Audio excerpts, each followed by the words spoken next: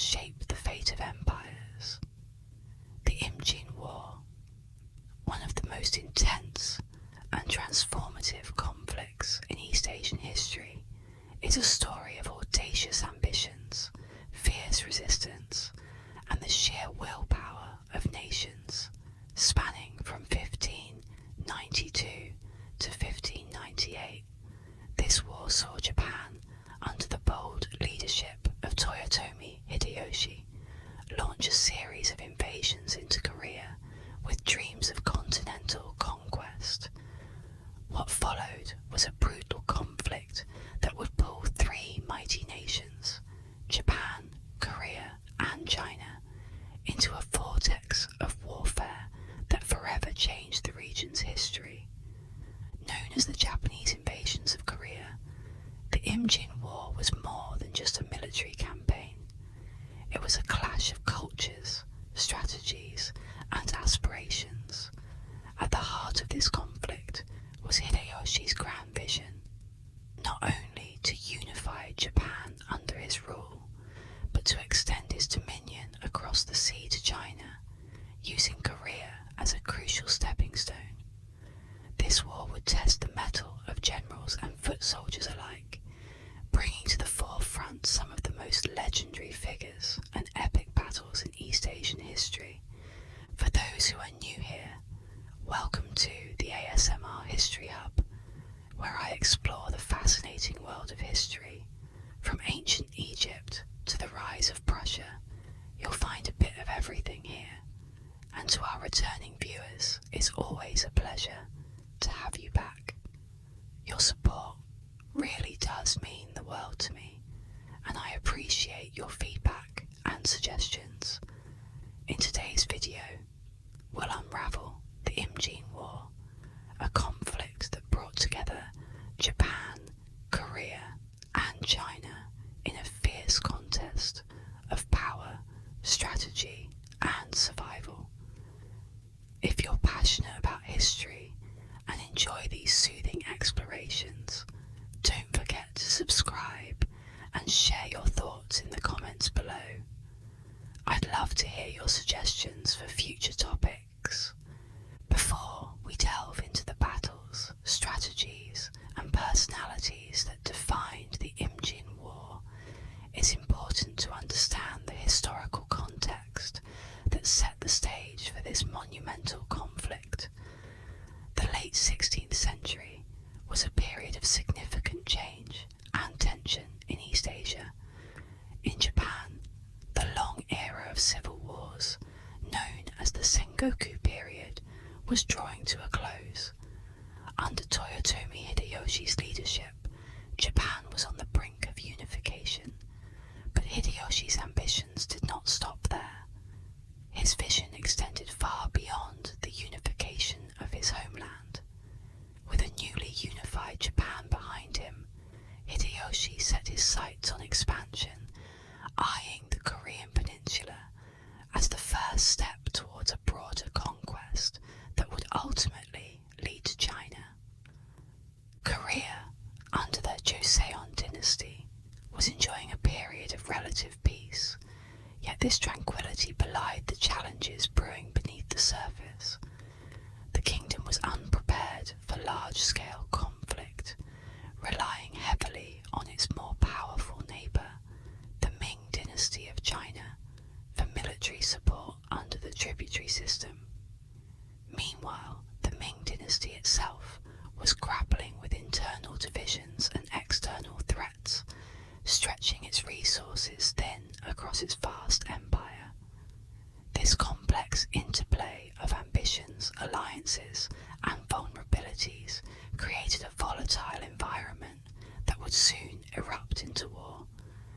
Join me as we explore this pivotal chapter in history, unraveling the intricate web of political motivations, military strategies, and the human stories behind the conflict.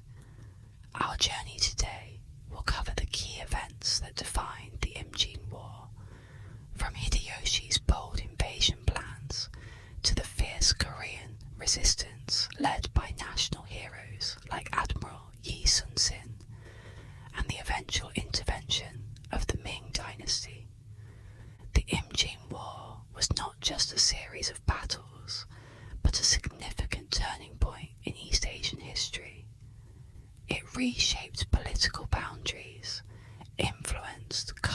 exchanges and left a legacy that would resonate for centuries.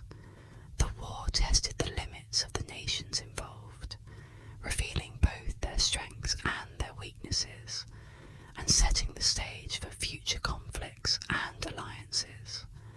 As the 16th century drew to a close, Japan was emerging from a period of internal turmoil and intense conflict. This era, known as the Sengoku period, saw regional lords, or daimyos, locked in a fierce struggle for power. However, by the 1580s, a new leader had risen to the forefront, Toyotomi Hideyoshi, with a keen understanding of strategy and an unmatched ambition. Hideyoshi achieved what many before him could not: the unification of Japan. Yet, his vision extended far beyond the borders of the Japanese archipelago. For Hideyoshi, the unification of Japan was just the beginning. His ultimate goal was to establish Japan as a formidable power on the world stage, and he saw territorial expansion as the path to that glory. Hideyoshi's motivations for invasion were driven by a potent mix of ambition and pragmatism. He desired to carve out a legacy of greatness, ensuring his name would be remembered alongside the great conquerors of history. He viewed the Korean peninsula as the gateway to this expansionist dream, a stepping stone to launching a larger campaign against China, the Ming Dynasty being the most powerful empire in East Asia at the time. Conquering Korea would not only project Japan's newfound strength, but also secure resources and trade routes that could fuel further military campaigns. For Hideyoshi, the invasion was as much about personal glory as it was about Japan's strategic assertion of power over its neighbours, a bold statement that Japan had arrived on the world stage, unified and ready to dominate. Before setting his sights on Korea, Hideyoshi focused on consolidating his power internally. Japan, now unified under his rule, underwent a significant transformation. Hideyoshi recognized that to realize his ambitious plans of conquest, he needed a stable and efficient state. He restructured the samurai class, turning them from a fragmented group of warriors loyal to individual daimyos into a cohesive national military force loyal to him. This restructuring was critical, not only for maintaining peace within Japan, but also for ensuring a disciplined and organised army capable of launching an overseas invasion. He instituted land surveys and cadastral reforms to maximise revenue collection, ensuring that his military campaigns were well funded. Military organisation under Hideyoshi also saw substantial reforms. The chain of command was streamlined, and a centralised command structure was established, allowing for more efficient decision-making and coordination. Hideyoshi's foresight extended to the logistics of warfare, an often overlooked but crucial aspect of military campaigns. He invested in the development of supply lines and the construction of military bases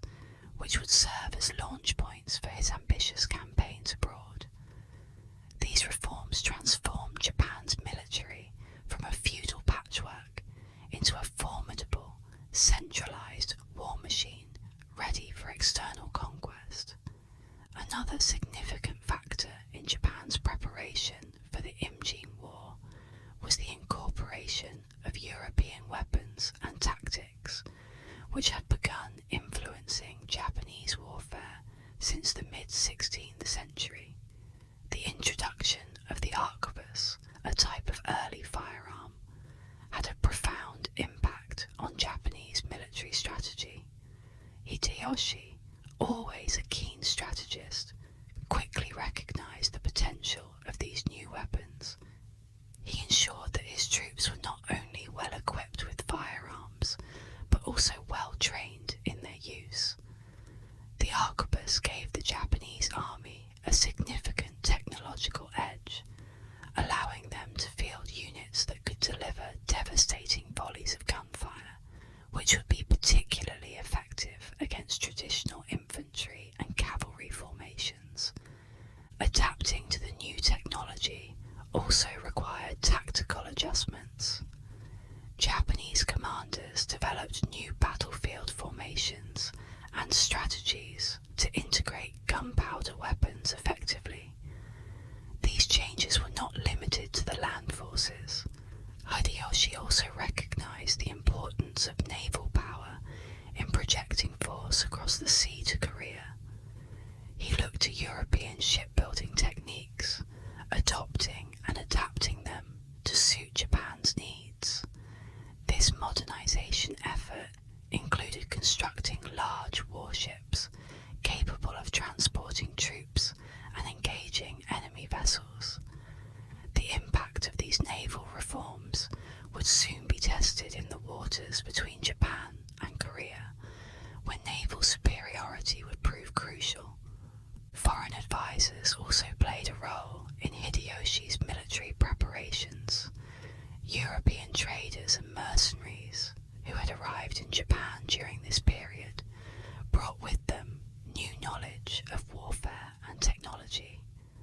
While their direct influence was limited, they introduced new concepts and techniques that Japanese commanders studied and adapted. This exchange of military knowledge further enhanced Japan's readiness for the forthcoming campaigns. Hideyoshi's army was not only formidable due to its size and discipline, but also because of its innovative use of technology and tactics, making it a unique force in East Asia at the time. All these preparations underscored Hideyoshi's readiness to embark on a campaign of unprecedented scale. With a unified Japan behind him, a reformed military and cutting-edge technology, he believed the time was ripe to launch his invasion of Korea. The groundwork had been meticulously laid, and the invasion force, comprising tens of thousands of seasoned samurai and newly trained troops, stood ready to embark on their mission. Yet, the ambitions of a single man were about to collide with the realities of a foreign land, and the ensuing conflict would not unfold as Hideyoshi envisioned. As we turn our attention to Korea, the next chapter in this unfolding drama will explore how the Korean peninsula, with its own unique strengths and vulnerabilities, stood on the eve of invasion. Korea's strategic position and internal dynamics would play a crucial role in the early stages of the conflict, setting the stage for a war that would test the resilience of nations and the will of their people. In the late 16th century, Korea, under the rule of the Joseon dynasty, found itself caught in the crosshairs of regional power struggles and brewing conflicts. The Joseon dynasty, established in 1392, was governed by a rigid Confucian bureaucracy that emphasized centralized control and civil governance. The king was the supreme authority, but he was often heavily influenced by the powerful Yangban class, an elite group of civil and military officials who dominated the court. This ruling structure created a delicate balance of power, with the king relying on the bureaucracy to maintain order while also navigating the complex web of factionalism and court intrigue that characterized Joseon politics. Despite its veneer of stability, the dynasty faced significant governance challenges. Internally, the Joseon dynasty was grappling with several issues that threatened its stability.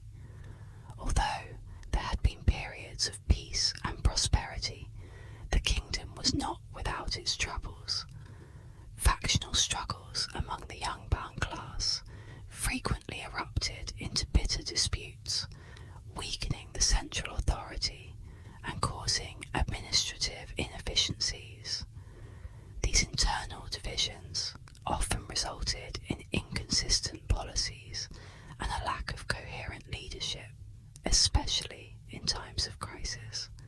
Additionally, there was a growing disconnect between the ruling elite and the common people, exacerbated by heavy taxation and occasional famine.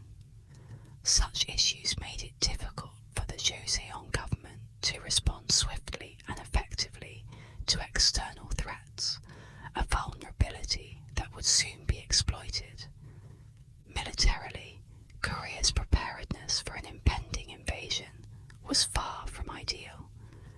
The Korean military, known as the Joseon Army, was composed of both professional soldiers and conscripted peasants. However, the army suffered from a lack of cohesion and modern weaponry. The kingdom's defences were primarily built around a network of fortresses and a standing army that, while disciplined, was relatively small and underfunded. The Joseon military organisation relied heavily on traditional weapons like bows, arrows and swords, with only a limited number of firearms in its arsenal. Unlike their Japanese counterparts, who had embraced gunpowder technology with the introduction of the arquebus, the Korean forces had been slow to adopt these advancements, leaving them at a technological disadvantage. Korea's defensive strategies were largely based on maintaining fortified positions along key locations and leveraging the natural geography of the peninsula. The mountainous terrain of Korea provided natural defense barriers, which the Joseon military hoped to use to their advantage in case of an invasion. However, the military's overall readiness for conflict was questionable. Drills and military exercises were infrequent, and there was a lack of investment in fortifying coastal defences, which would later prove to be a critical oversight. When news of Japanese mobilisation reached the Korean court, the country found itself unprepared for the scale and intensity of the assault that was about to be unleashed upon it. Diplomatically, Korea's relationships with Japan and China further complicated its position before the war. Historically, Korean-Japanese relations had been a mix of trade and tension. The two nations had engaged in both commerce and conflict, with piracy and territorial disputes often straining diplomatic ties.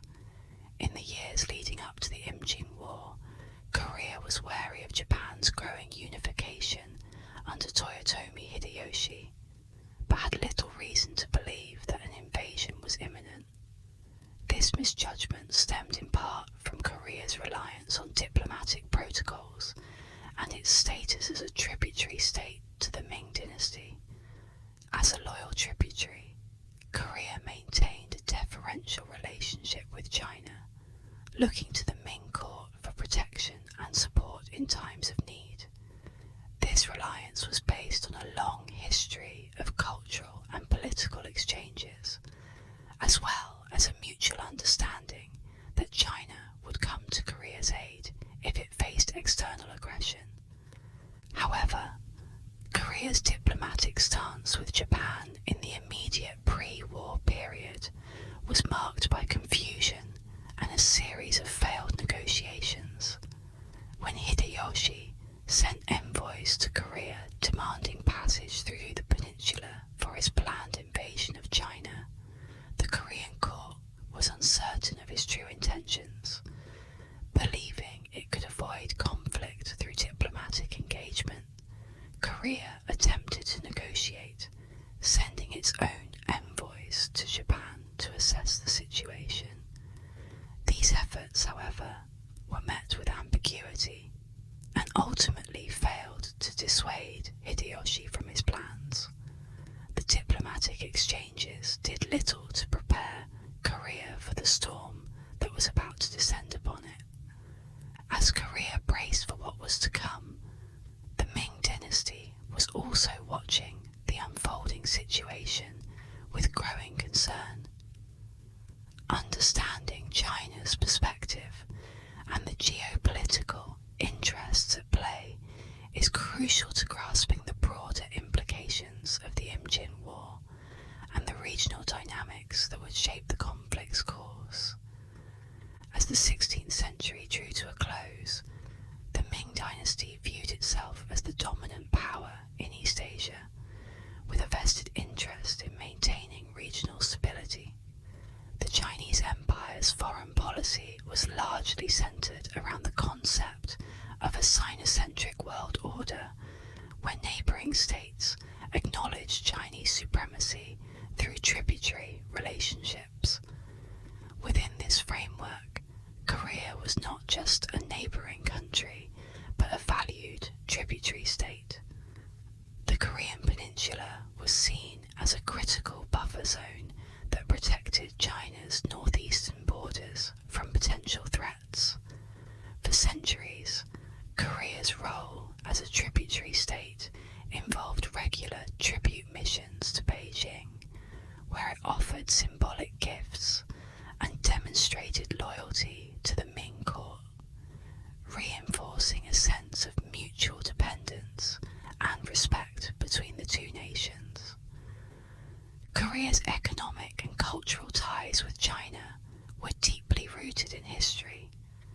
The tributary relationship facilitated not just political alliances, but also economic exchanges and cultural transfers that enriched both societies.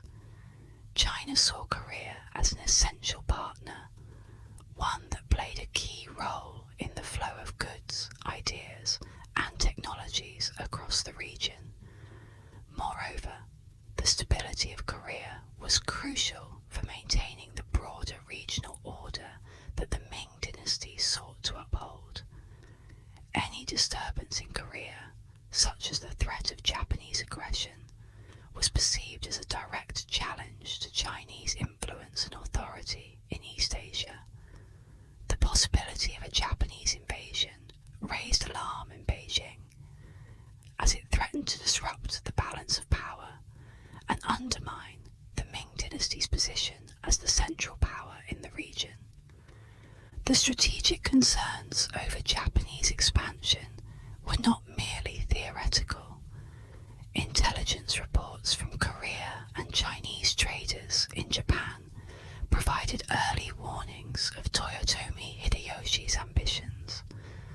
The Ming court was initially skeptical of the seriousness of these threats, partly because Japan, although recently unified, was not seen as a major military power on par with China. However, as the intelligence became more detailed, it became clear that the Hideyoshi's plans were not just bluster, but a genuine threat to the stability of the region. The prospect of a Japanese force moving through Korea and potentially challenging China's control over its tributary networks set off alarms within the Ming administration. In response to the escalating threat, the Ming Dynasty pursued a multi-pronged strategy. Diplomatically, China attempted to dissuade Japan from pursuing its aggressive stance towards Korea. Chinese envoys were dispatched to negotiate and remind the Japanese of the consequences of disrupting the established regional order. The hope was that through diplomatic pressure and the demonstration of Chinese authority, Hideyoshi could be convinced to abandon his plans of invasion. However, these efforts were met with defiance and a clear indication that Japan was not interested in maintaining the status quo, but rather sought to challenge it. Faced with the failure of diplomacy, the Ming court began to assess its military options. The decision-making process in Beijing was complex, involving numerous debates among the emperor's advisors and military officials. On one hand, there was a desire to avoid unnecessary conflict, especially given the financial and logistical strains that a military campaign would impose. On the other hand, allowing Japan to invade Korea unchallenged would not only jeopardize Korea, but also embolden Japan to further destabilize the region, potentially threatening China itself. The consensus ultimately tilted towards intervention, not just to protect Korea as a valued tributary, but to maintain the integrity of the regional order that was central to Ming foreign policy. Preparations for military intervention began in earnest. The Ming military, although vast, faced logistical challenges in mobilizing and supplying forces for an overseas campaign. Initial efforts focused on fortifying China's northeastern borders and readying the naval forces required for transporting troops and supplies to Korea. Chinese generals and advisors also began coordinating with Korean officials to ensure a unified defense strategy against the Japanese invasion. While the Chinese response was initially cautious, the urgency of the situation soon demanded a more robust military commitment. With tensions mounting and the stage set for conflict, the first Japanese forces were already preparing to cross the sea towards Korea. This bold move by Toyotomi Hideyoshi would ignite the Imjin War and draw China into a fierce struggle to defend its influence and maintain order in East Asia, marking the beginning of a brutal and protracted conflict that would unfold on Korean soil. The dawn of the Imjin War came with the thunderous landing of Japanese forces at Busan in May 1592. The invasion, meticulously planned by Toyotomi Hideyoshi, marked the beginning of one of the most audacious military campaigns in East Asian history. Over 150,000 Japanese soldiers, veterans of Japan's internal conflicts, poured onto the Korean shores with a clear set of objectives: swiftly capture key cities, dismantle Korean resistance, and use Korea as a springboard for a larger campaign against Ming China. The landing at Busan was just the first step in a grand strategy aimed at reshaping the regional power dynamics in favour of Japan. The Japanese forces, led by skilled generals like Konishi Yukinaga and Kato Kiyomasa, employed a blend of cunning tactics and overwhelming force to achieve their initial objectives. The element of surprise was on their side. Despite some warnings, the Korean court had underestimated the scale and speed of the invasion. Utilizing swift, coordinated attacks, the Japanese soldiers quickly established a foothold in Busan. Their strategy was to move fast, capitalizing on their surprise advantage and using their well-trained troops to strike deep into Korean territory. Within days, they mobilized rapidly toward the key cities like Seoul and Pyongyang, aiming to disrupt the Korean government's ability to organize a coherent defense. The rapid advance of the Japanese forces through Korea was a masterclass in military maneuvering and strategic planning. Moving along the well-established road networks, the Japanese armies took advantage of Korea's geography, using the major routes to drive a wedge between different regions and isolate pockets of resistance.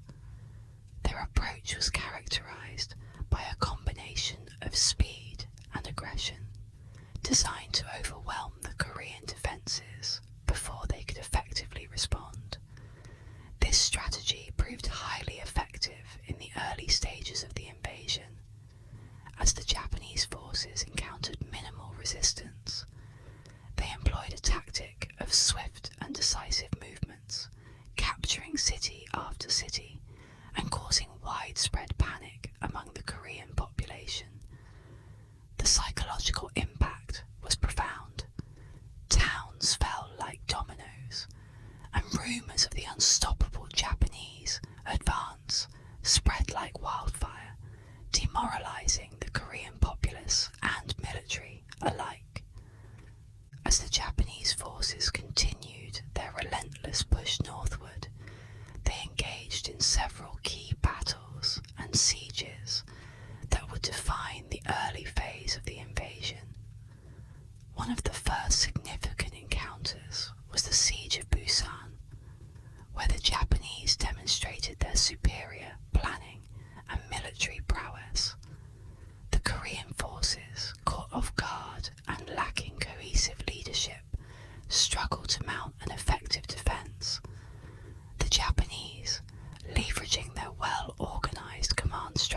and superior numbers, quickly surrounded and besieged the city.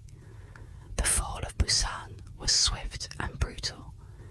Its capture provided the Japanese with a critical port for resupply and reinforcements, giving them a solid base from which to continue their campaign.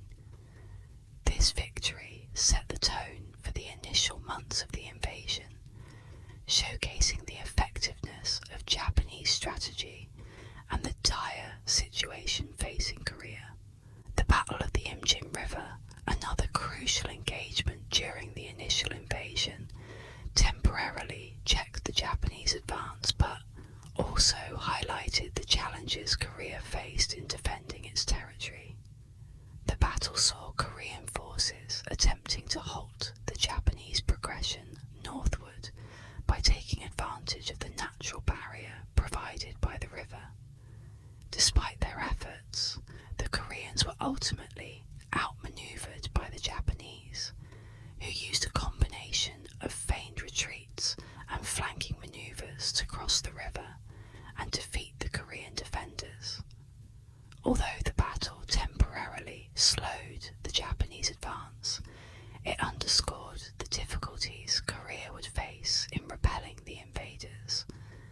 The Imjin River battle demonstrated the Japanese ability to adapt quickly to changing circumstances on the battlefield, using both traditional and innovative tactics to maintain their momentum. Beyond these major battles, several smaller yet strategically important engagements also shaped the early months of the invasion. These skirmishes, while not as large in scale, were vital in maintaining the Japanese advance and preventing the Koreans from regrouping. For example, the swift capture of key fortresses and towns along the invasion route allowed the Japanese to secure supply lines and ensure a steady flow of reinforcements and provisions. Each victory, no matter how small, chipped away at Korean morale and further entrenched the Japanese position within the peninsula. These engagements also served to disrupt Korean communications and logistics, preventing them from coordinating a unified response to the invasion. The initial phase of the Imjin War was marked by a series of rapid successes for the Japanese forces, whose aggressive tactics and superior organisation overwhelmed the unprepared Korean defenders.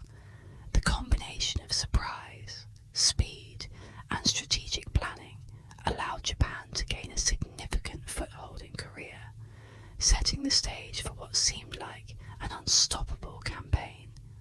However, the story of the invasion was far from over. Korea, though caught off guard, was not yet defeated.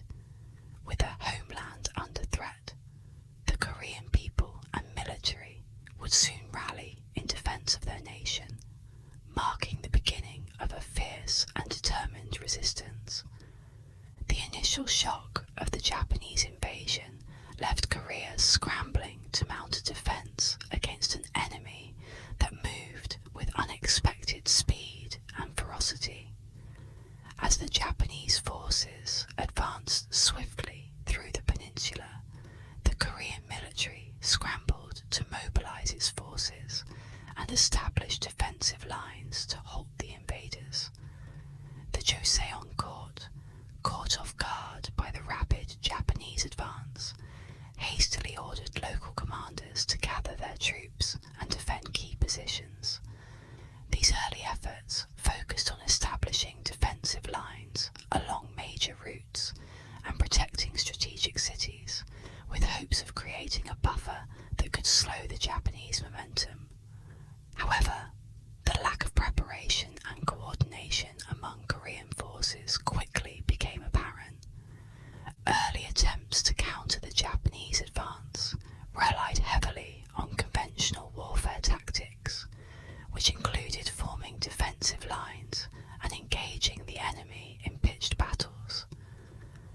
Korean commanders, accustomed to traditional forms of warfare, initially sought to match the Japanese head-on. However, the Japanese, leveraging their experience from years of internal conflict in Japan and their superior military organisation, were able to outmaneuver the Korean forces repeatedly. While some defensive efforts showed promise, many were quickly overwhelmed by the relentless Japanese push northward. The initial Korean strategy of relying on set-piece battles proved largely ineffective against the mobile and aggressive Japanese tactics, leading to a series of defeats and withdrawals. Despite these setbacks, not all Korean defences were in vain. The rugged terrain of the Korean peninsula, characterised by mountains and rivers, played a significant role in shaping defensive strategies. While the Japanese were able to move swiftly along major roads and open plains, the challenging landscape provided natural choke points that Korean forces could exploit. In several instances, Korean troops utilised these geographical features to mount ambushes and delay Japanese advances. These small victories, though not enough to turn the tide, provided critical breathing room for the Korean defenders to regroup and reconsider their strategies.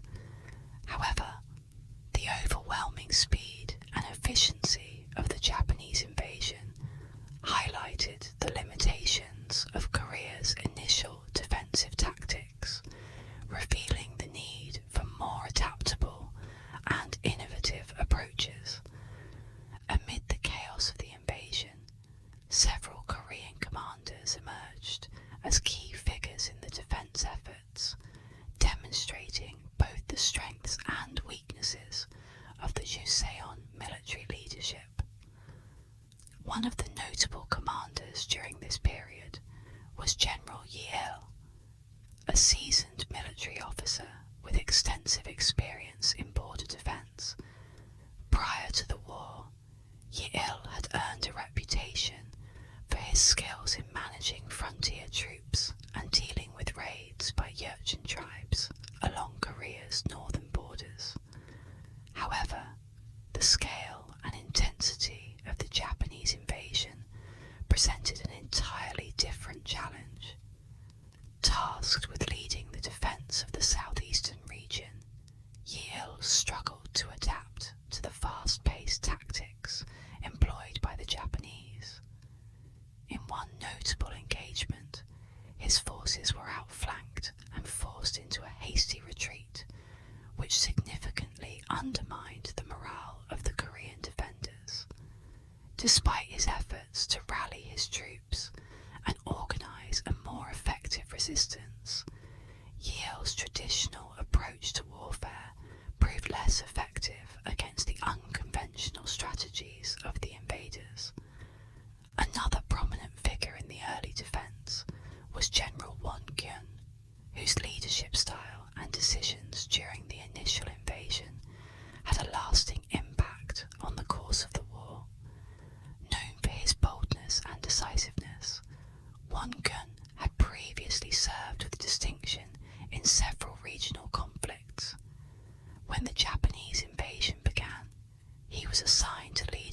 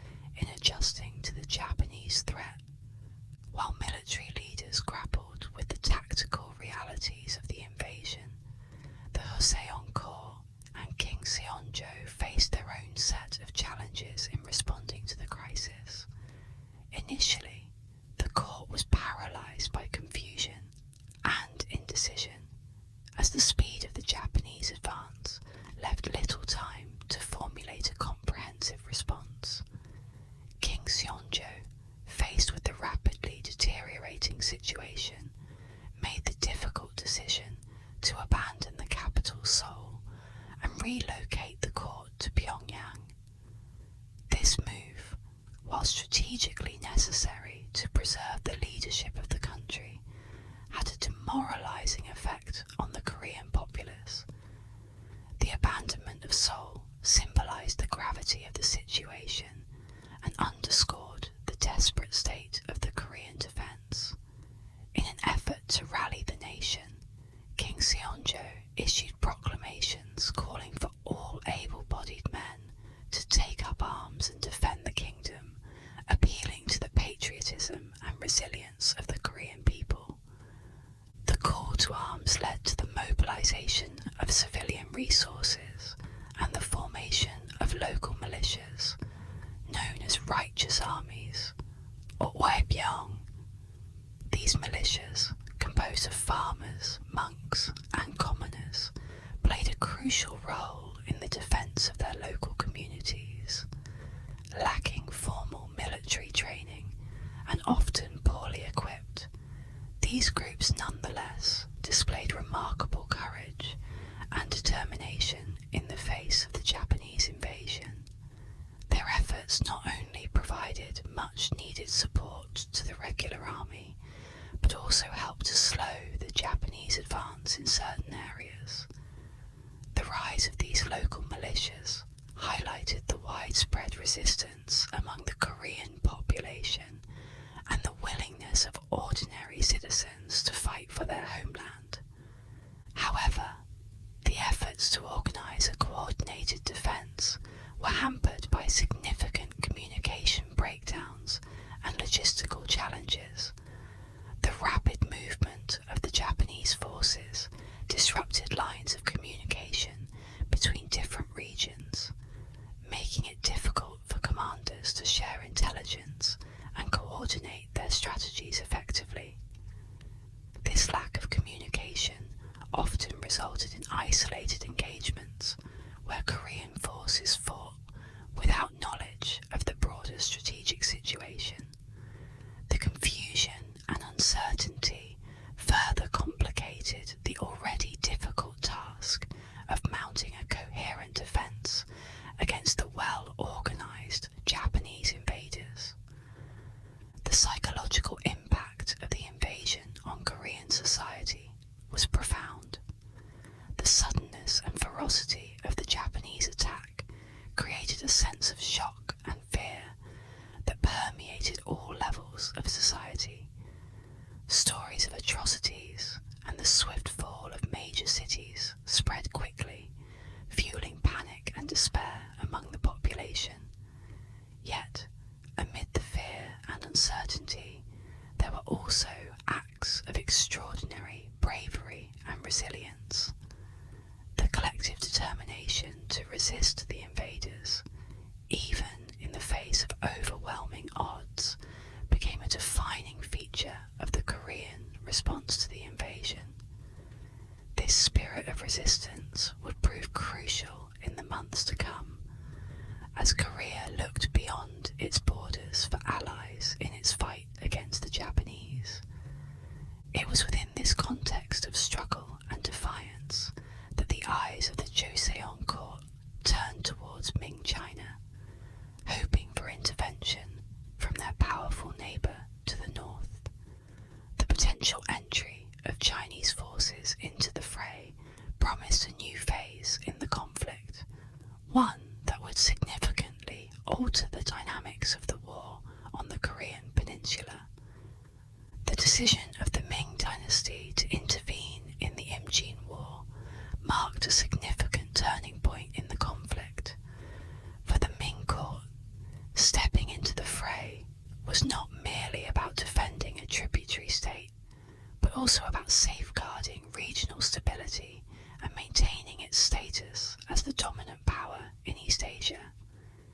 The swift and aggressive Japanese invasion of Korea threatened to upset the delicate balance of power, posing a direct challenge to Chinese influence in the region. Moreover, the Ming leadership recognized that if Korea fell completely under Japanese control, it would only be a matter of time before Japan turned its ambitions toward Chinese territories. The must be defended to prevent a greater threat to China's own borders. Diplomatic communications between the beleaguered Korean court and the Ming Dynasty were frantic and filled with pleas for assistance.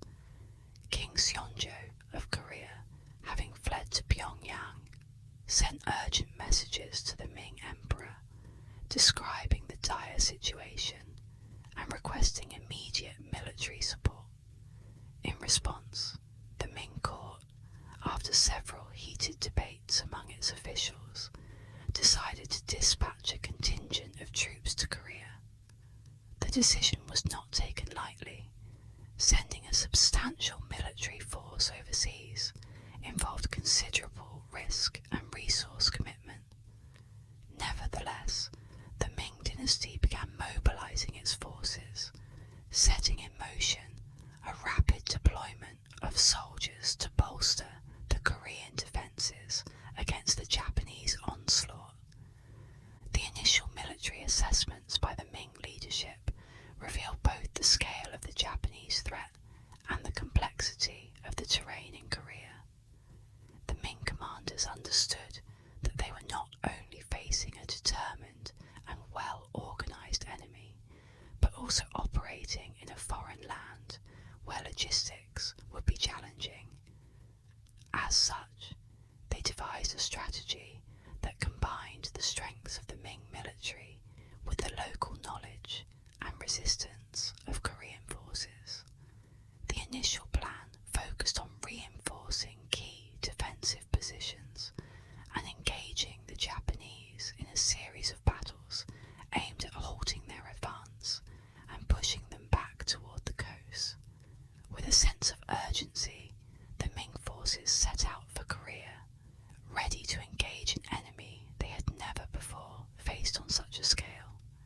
The first military engagements between Ming and Japanese troops were fierce and set the tone for the broader Chinese intervention in the war.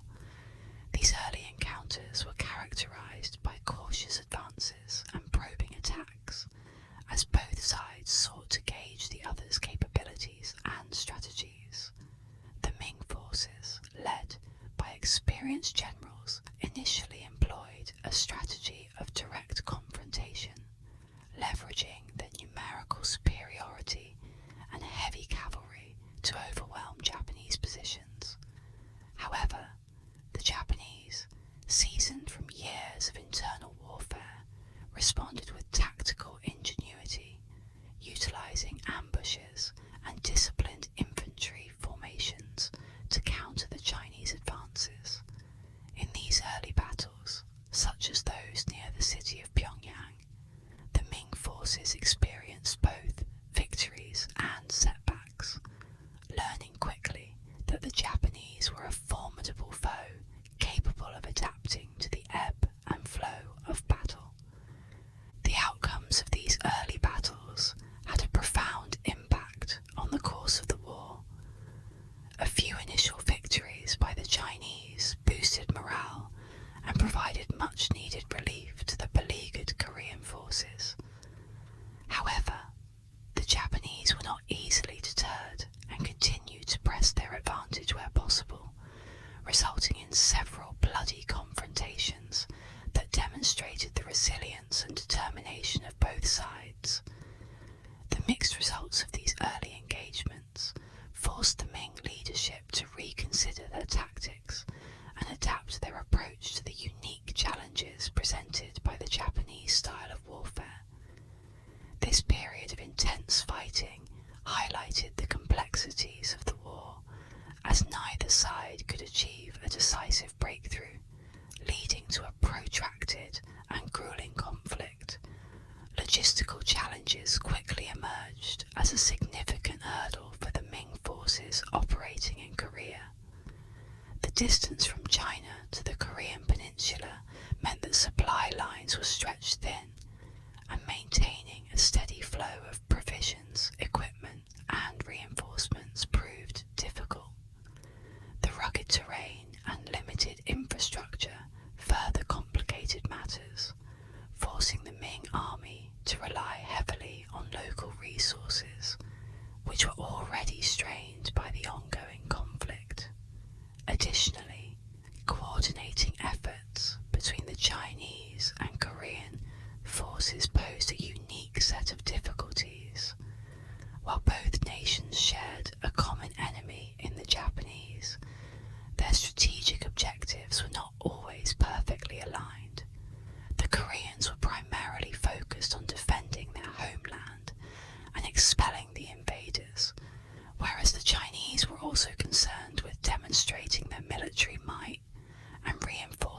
regional authority. These strategic misalignments occasionally led to friction and misunderstandings between the Allied forces. Nevertheless, the Ming commanders worked to adapt their tactics and strategies in response to the evolving nature of the conflict.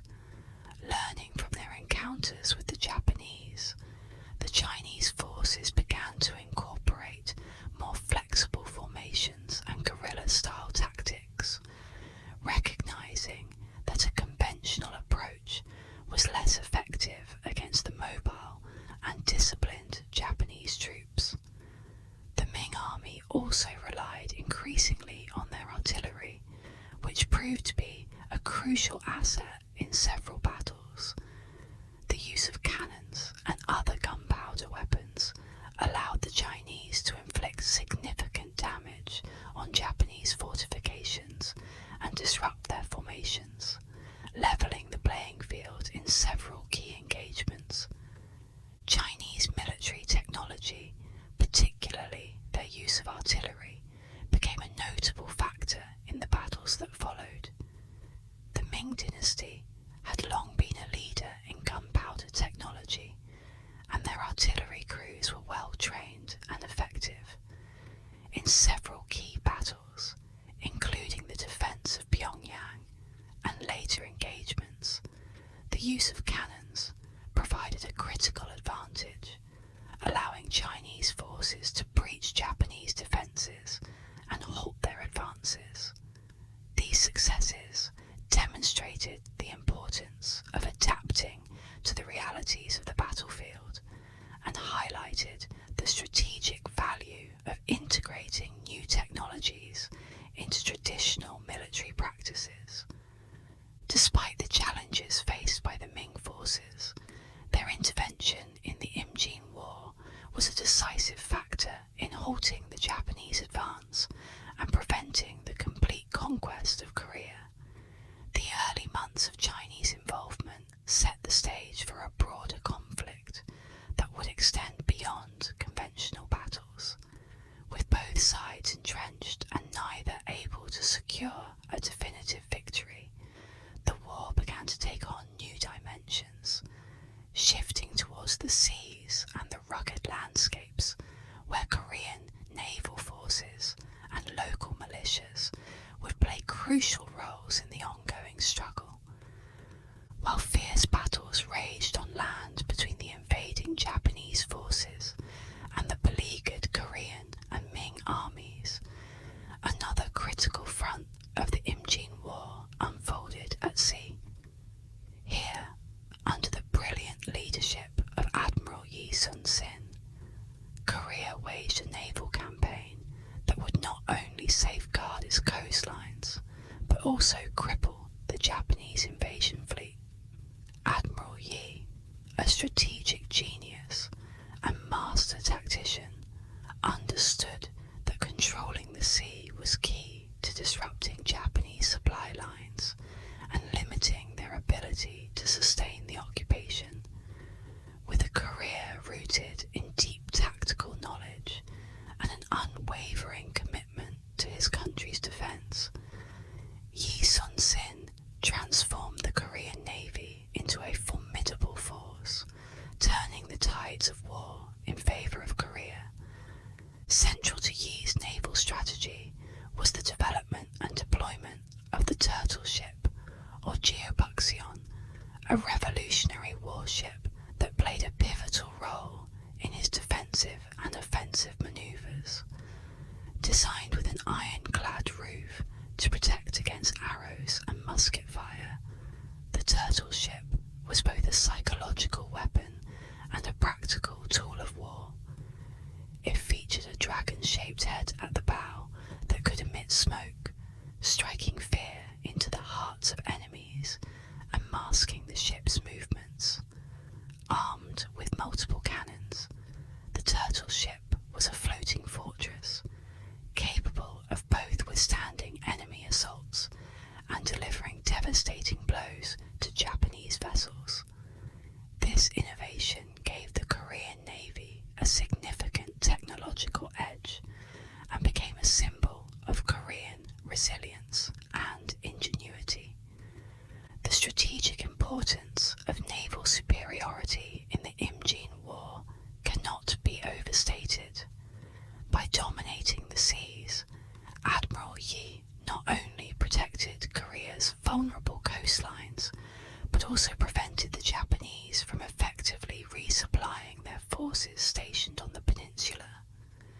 This naval blockade hampered Japanese logistics, slowing their advance and forcing them to operate with limited supplies.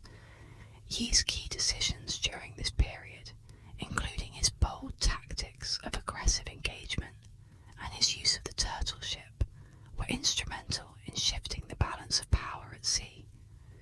His ability to anticipate Japanese movements and outmaneuver their fleets in a series of decisive battles underscored his tactical brilliance and unwavering commitment to his nation's defence. Among the many naval battles that define this period, the Battle of Hansan Island stands out as a masterstroke of naval warfare and a turning point in the Imjin War.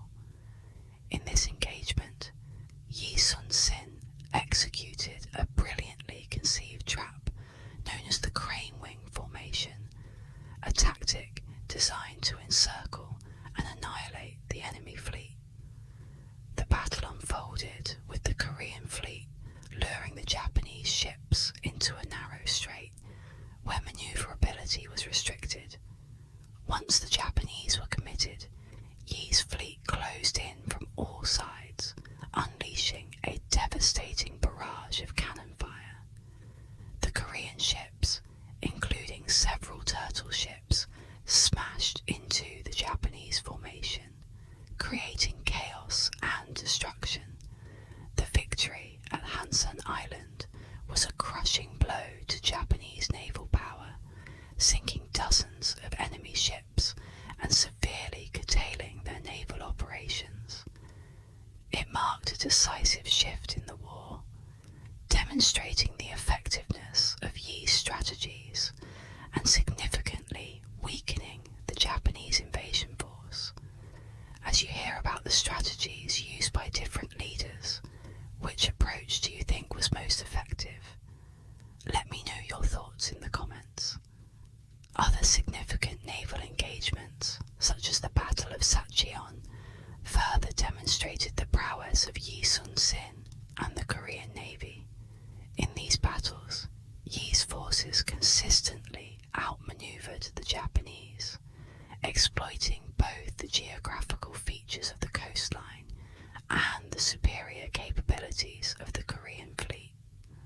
At Sacheon, for example, Yi deployed the turtle ships to penetrate Japanese formations and disrupt their tactics, effectively using the element of surprise and the versatility of his fleet to outfight a numerically superior enemy.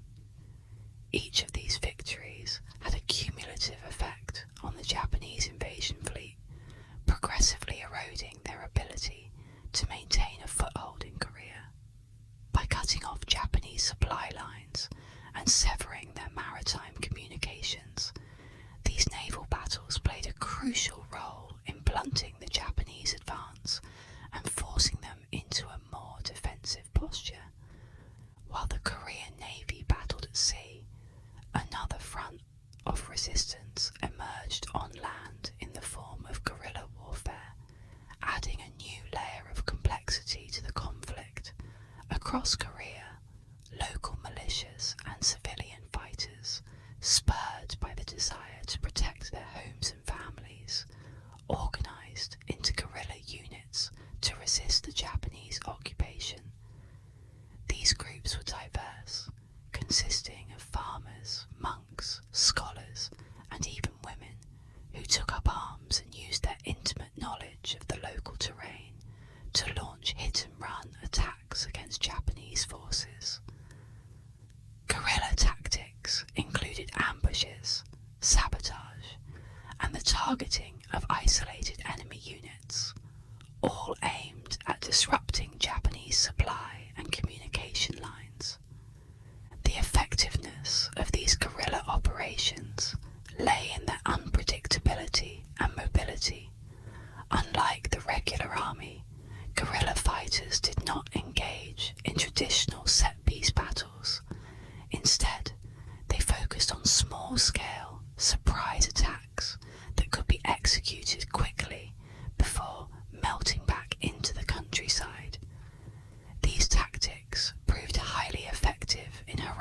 Japanese, forcing them to divert resources and troops to guard supply lines and communication networks. The constant threat of guerrilla attacks created a sense of unease among Japanese soldiers who were unaccustomed to this type of warfare and found it difficult to respond effectively. The psychological impact of these guerrilla operations was significant, sapping Japanese morale and contributing to a growing sense of frustration and vulnerability among the invaders. Coordination between guerrilla fighters and the regular Korean military forces added another layer of resistance to the Japanese occupation.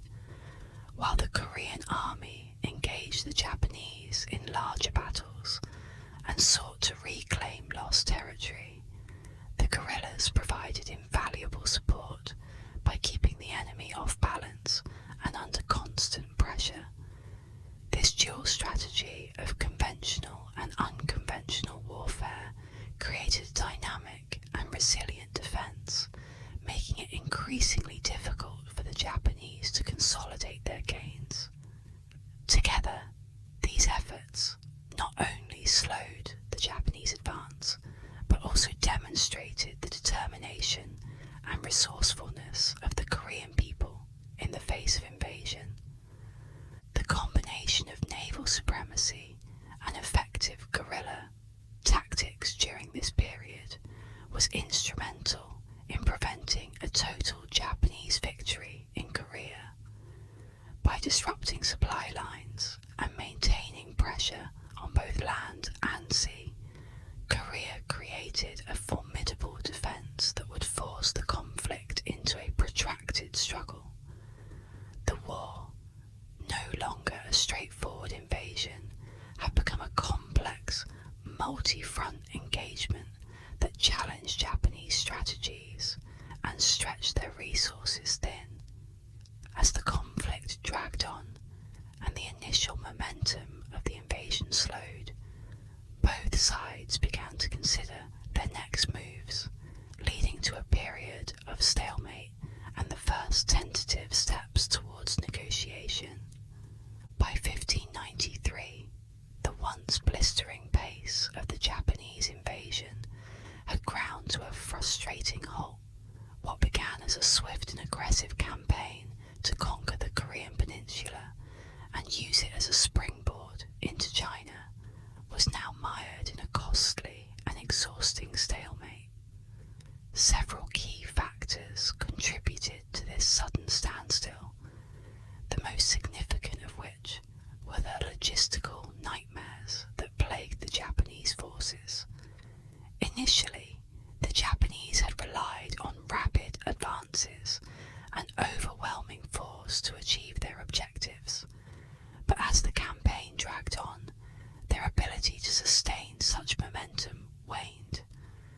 Supply lines, crucial for any prolonged military campaign, became a constant thorn in the side of the Japanese invaders.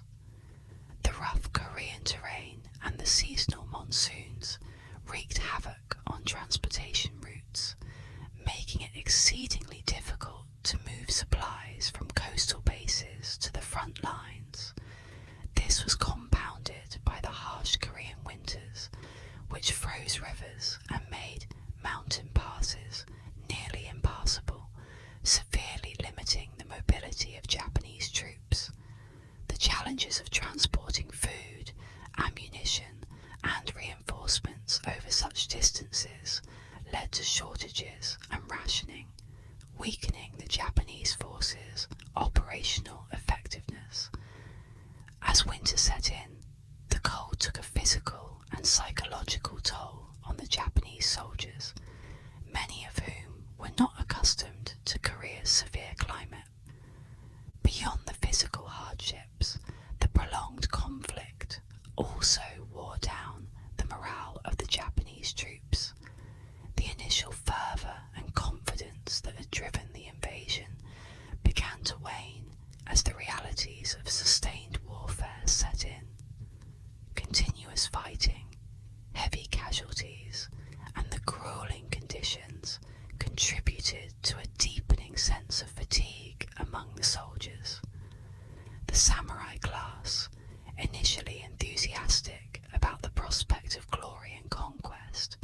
started to lose its zeal.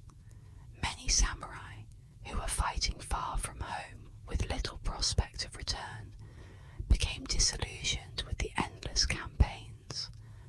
Reinforcements from Japan grew less frequent as enthusiasm for the war waned back home, and the logistical difficulties of maintaining such a distant front only exacerbated the situation.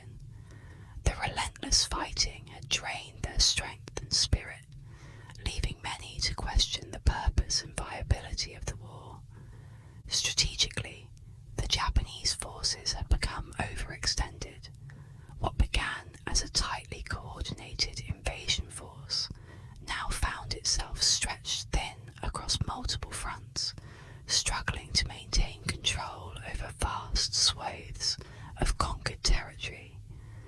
The initial successes had emboldened Japanese commanders to push deeper into Korea, but this overextension left them vulnerable. It became increasingly clear that they lacked the manpower and resources to effectively garrison every captured city and maintain secure supply routes in the face of persistent Korean resistance. Moreover, the vast distances between Japanese strongholds made it difficult to respond quickly to Korean counterattacks or guerrilla raids, leading to the gradual erosion of their hold on the peninsula. The inability to secure their gains and the constant threat of encirclement by Korean and Chinese forces further undermined the Japanese war effort. Meanwhile, the combined Korean and Chinese counterattacks began to intensify, shifting the balance of power on the battlefield. The resilience of Korean guerrilla fighters and the continued resistance by local militias played a crucial role in disrupting Japanese operations. These guerrilla units, formed from the remnants of the regular army, local peasants, and even monks, employed hit-and-run tactics that harassed Japanese supply lines and ambushed isolated units. The guerrilla fighters used Korea's rugged terrain to their advantage, launching surprise attacks in mountains and forests where Japanese troops were most vulnerable. Leaders like Jo Haeon and Kwak Jae-woo became local heroes, inspiring further resistance and complicating Japanese efforts to stabilize their rear lines. The guerrilla warfare not only inflicted casualties, but also created a constant sense of insecurity among Japanese troops, who could never be sure where the next attack might come from. The arrival of additional Chinese military reinforcements further bolstered Korean efforts to push back the Japanese. After initial engagements, the Ming Dynasty recognized the necessity of committing more troops to the conflict to prevent the total collapse of their Korean allies.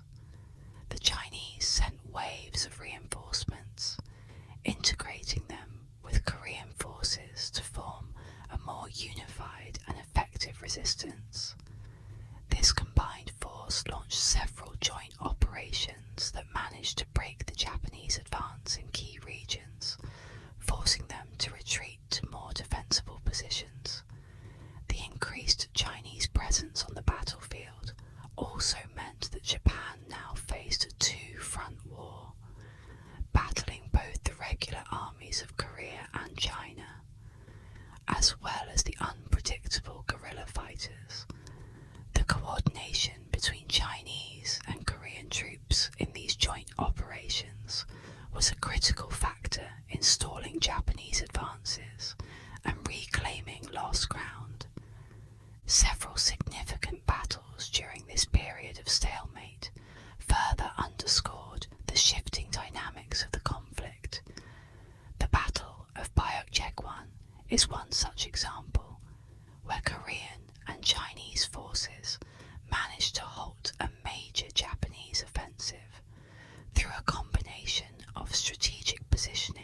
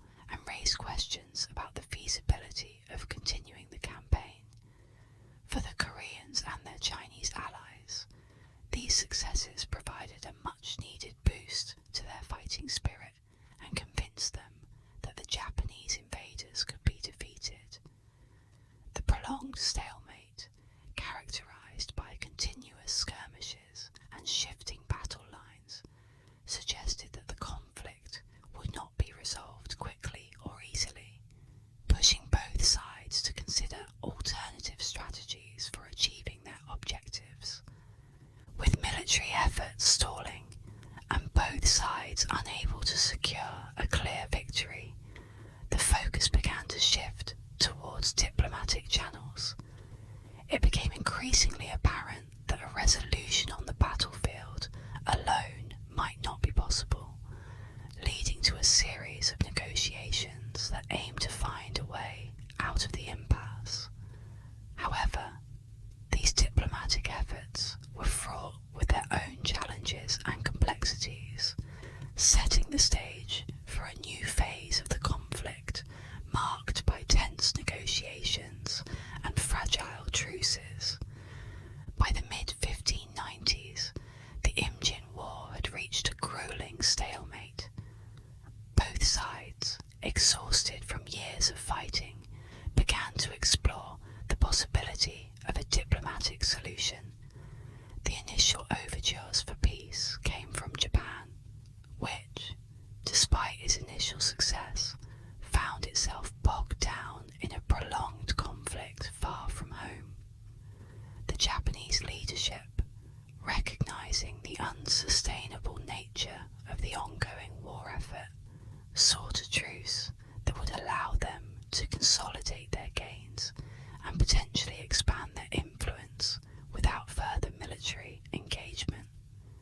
These early diplomatic efforts were aimed at negotiating a ceasefire that could lay the groundwork for a more permanent settlement. The positions of Korea and China during these negotiations were understandably cautious. Having suffered greatly from the Japanese invasion, both nations demanded the withdrawal of Japanese forces from Korean territory as a precondition for any peace agreement. The Koreans in particular were adamant that no concessions be made that would reward the Japanese for their aggression. Meanwhile, the Chinese sought to reassert their influence in the region and ensure the security of their Korean ally. Thus, while Japan was keen to negotiate terms that might preserve its strategic interests, Korea and China were equally determined to resist any settlement that compromised their sovereignty or security. Central to the negotiation process were the diplomats and envoys dispatched by each of the belligerent parties. On the Korean side, experienced envoys worked tirelessly to communicate their government's unwavering demands for a complete Japanese withdrawal. These envoys, who were often scholars well versed in diplomatic etiquette, found themselves in a delicate position, needing to balance the immediate demands of their government with the broader need to avoid further bloodshed. Chinese diplomats, too, played a crucial role in the negotiations, acting both as representatives of the Ming court and as intermediaries for the Korean cause. The Japanese diplomatic representatives, many of whom were military men unaccustomed to the subtleties of diplomatic dialogue, employed a more aggressive approach. They sought to leverage Japan's military successes to extract concessions from their adversaries, while also trying to present themselves as willing participants in the peace process. However, the negotiations were fraught with cultural and political misunderstandings that further complicated the path to peace.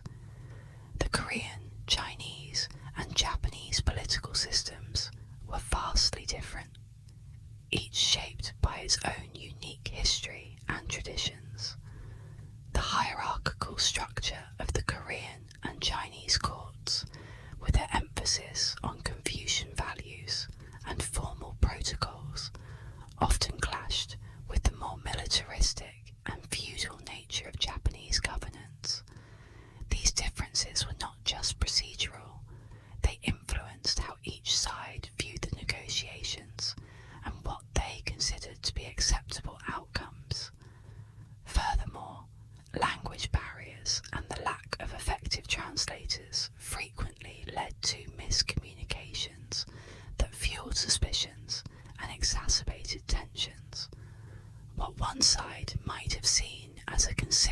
gesture could be perceived by the other as a sign of weakness or insincerity, leading to frustration and mistrust. The failure of the peace talks can largely be attributed to the unrealistic demands and expectations held by the negotiating parties. Japan's excessive demands for territorial concessions and recognition of its control over parts of Korea were seen as outrageous by both the Korean and Chinese delegates. These demands were rooted in Japan's initial military successes and reflected an overestimation of its bargaining position. In contrast, Korea and China were united in their refusal to make any concessions that would legitimize Japan's invasion or diminish their own sovereignty. The Korean court, backed by Chinese military support, remained steadfast in its demand for the complete withdrawal of Japanese forces from all occupied territories. Internal political pressures and factionalism further undermined the negotiation process. Within the Japanese court and military, there were sharp divisions over how to proceed. Some factions, weary of the protracted conflict, favoured a quick settlement that would bring troops home and end the financial drain on the state. Others, particularly those with direct stakes in the occupied territories, pushed for continued military engagement to secure more favourable terms. This lack of a unified stance weakened Japan's negotiating position and led to conflicting messages being sent to the Korean and Chinese negotiators. Similarly, the Korean court was not immune to internal divisions. Different factions had varying opinions on whether to pursue a hardline stance or consider more flexible terms to hasten the end of hostilities. These internal disagreements slowed decision-making and created an unpredictable negotiation environment. The deep-seated mistrust between the belligerent parties also played a significant role in the breakdown of talks. Decades of rivalry and hostility, especially between Japan and Korea, had created a legacy of suspicion and resentment. Korean and Chinese negotiators were deeply skeptical of Japan's intentions, fearing that any agreement could be a ploy to regroup and launch another offensive. The memory of Japanese brutality during the invasion, including massacres and the destruction of cities, fueled a reluctance to believe that peace could be genuine or lasting. The Japanese, for their part, doubted the sincerity of the Koreans and Chinese in wanting to negotiate in good faith, suspecting that any truce would merely be used to buy time for further military preparations. Complicating matters further were the influences of external advisors and foreign interests that interjected themselves into the peace process. European traders, who had established a presence in East Asia, provided both counsel and arms to various factions, often with the aim of securing their own trade advantages or expanding their influence. These foreign entities sometimes provided conflicting advice to the negotiating parties or pushed for peace terms that would benefit their own interests, rather than those of the nations directly involved in the conflict. The complexities of international trade and diplomacy, coupled with these external influences, often worked against the efforts to find common ground and build trust among the warring states. With peace talks collapsing under the weight of unrealistic expectations, internal divisions, and entrenched mistrust, the conflict showed little sign of resolution. This diplomatic failure not only prolonged the war, but also intensified the internal struggles within each nation, prompting a series of reforms and power shifts aimed at consolidating control and preparing for the prolonged conflict ahead. As the war dragged into a grueling stalemate, the Korean court realised that profound changes were needed to turn the tide against the Japanese invaders. The military failures of the early years of the Imjin War had exposed severe weaknesses in Korea's defence structure. In response, the Korean leadership embarked on a series of comprehensive military reforms designed to reshape and strengthen their armed forces. A key focus was the reorganisation of the Korean army. New military units were formed, and existing forces were restructured to create a more agile and effective fighting force. Commanders who had proven ineffective were replaced, and the army was divided into more specialised units capable of countering the highly mobile and tactically versatile Japanese forces. Emphasis was placed on improving the training of troops, incorporating lessons learned from earlier battles to develop tactics that could better counter Japanese strengths, such as their use of arquebuses and swift manoeuvres. To complement these structural changes, advancements in Korean military technology became a priority. The Koreans developed new weapons, including more effective firearms and cannons, to match the Japanese in terms of firepower. Fortifications were strengthened along key defensive lines, with a focus on creating strongholds that could withstand sieges and provide strategic depth to the Korean defences. The enhancement of naval capabilities also became a critical component of the reform efforts. Inspired by the successes of Admiral Yi Sun-sin, the Korean Navy began to innovate, improving shipbuilding techniques and developing more robust warships capable of challenging the Japanese at sea. These advancements ensured that the Koreans could protect their coastline and maintain supply routes, which were vital for sustaining their war efforts. Central to the revival of Korean naval power was the continued leadership of Admiral Yi Sun-sin. After his early victories, Yi faced political challenges that temporarily sidelined him, but his return to command marked a turning point in Korean naval strategy. Yi set about rebuilding the navy, focusing on quality over quantity by ensuring that each ship was well armed and its crew highly trained. He introduced strategic innovations such as the use of smaller, faster ships to execute hit-and-run tactics, and refined his use of the famous turtle ships to enhance their effectiveness in battle.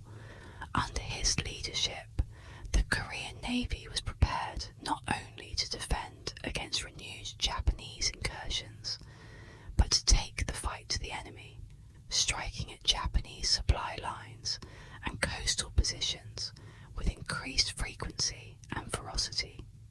What are your thoughts on Admiral Yi Sun-sin's leadership during the Battle of Myeongnyang? Would you consider him one of the greatest naval commanders in history? Tell me why in the comments. Meanwhile, in Japan, internal struggles and a shift in leadership began to influence their strategy in Korea. The death of Toyotomi Hideyoshi in 1598 marked a significant turning point. Hideyoshi's death created a power vacuum within the Japanese leadership, leading to internal conflicts and a struggle for control among the powerful daimyo. The Toyotomi clan, which had orchestrated the invasion, was weakened by these internal divisions. Different factions within the clan had varying opinions on how to proceed with the Korean campaign.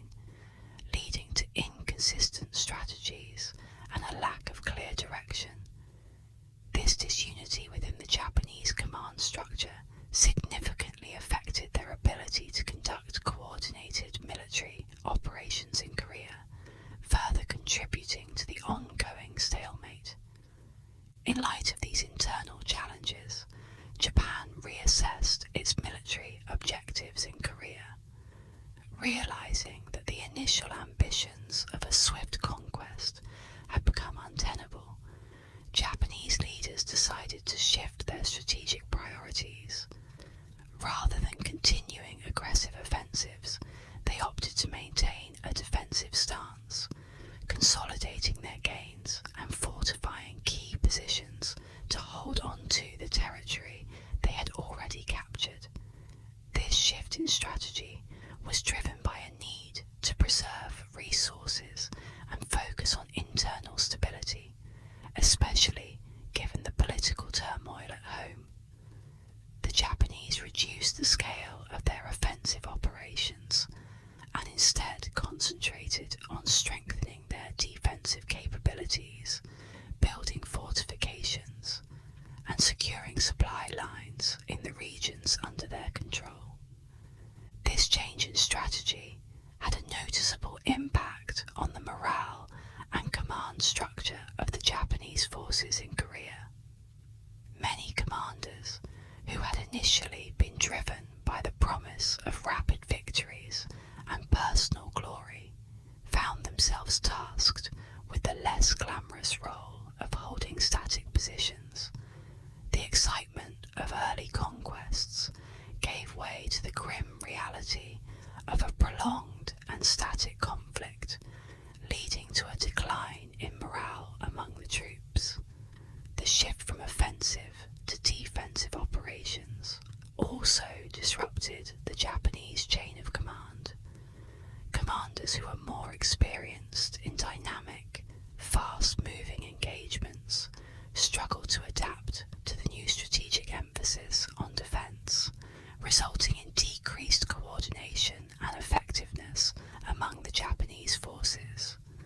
With both sides grappling with internal changes and adjusting their strategies accordingly, the war entered a new phase of uncertainty. The Korean reforms and Japanese strategic adjustments set the stage for the next chapter of the conflict, which would see a renewed push from Japan in what would become known as the Second Invasion, a desperate attempt to reclaim lost ground and achieve a decisive victory. The Imjin War, a brutal conflict that had engulfed the Korean peninsula, seemed to be at a standstill by 1596.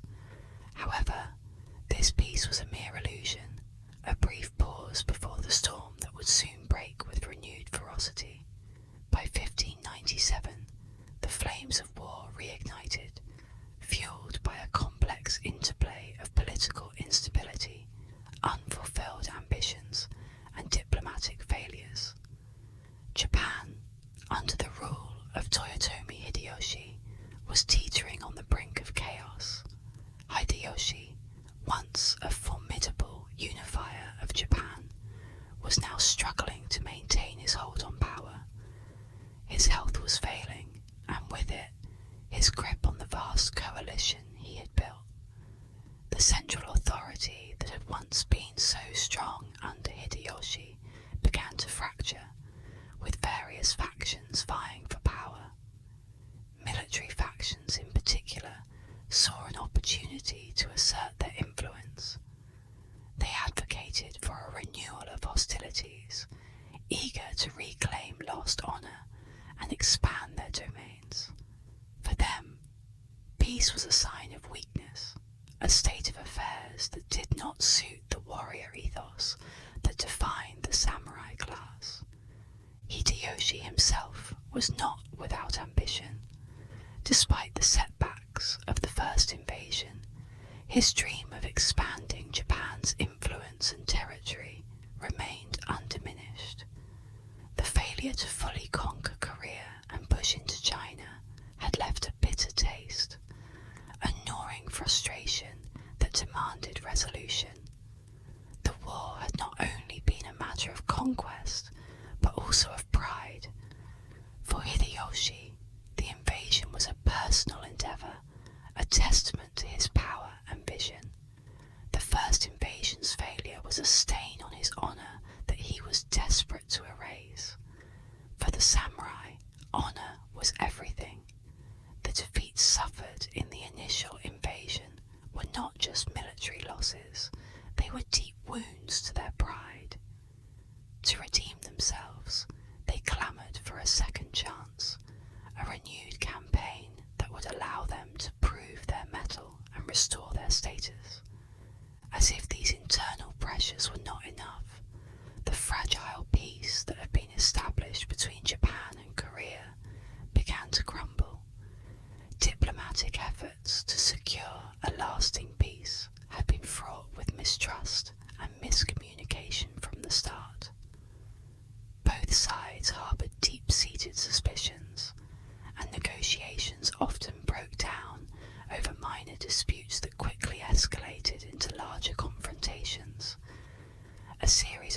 skirmishes along the border, small in scale but significant in implication, became the sparks that ignited a broader conflict.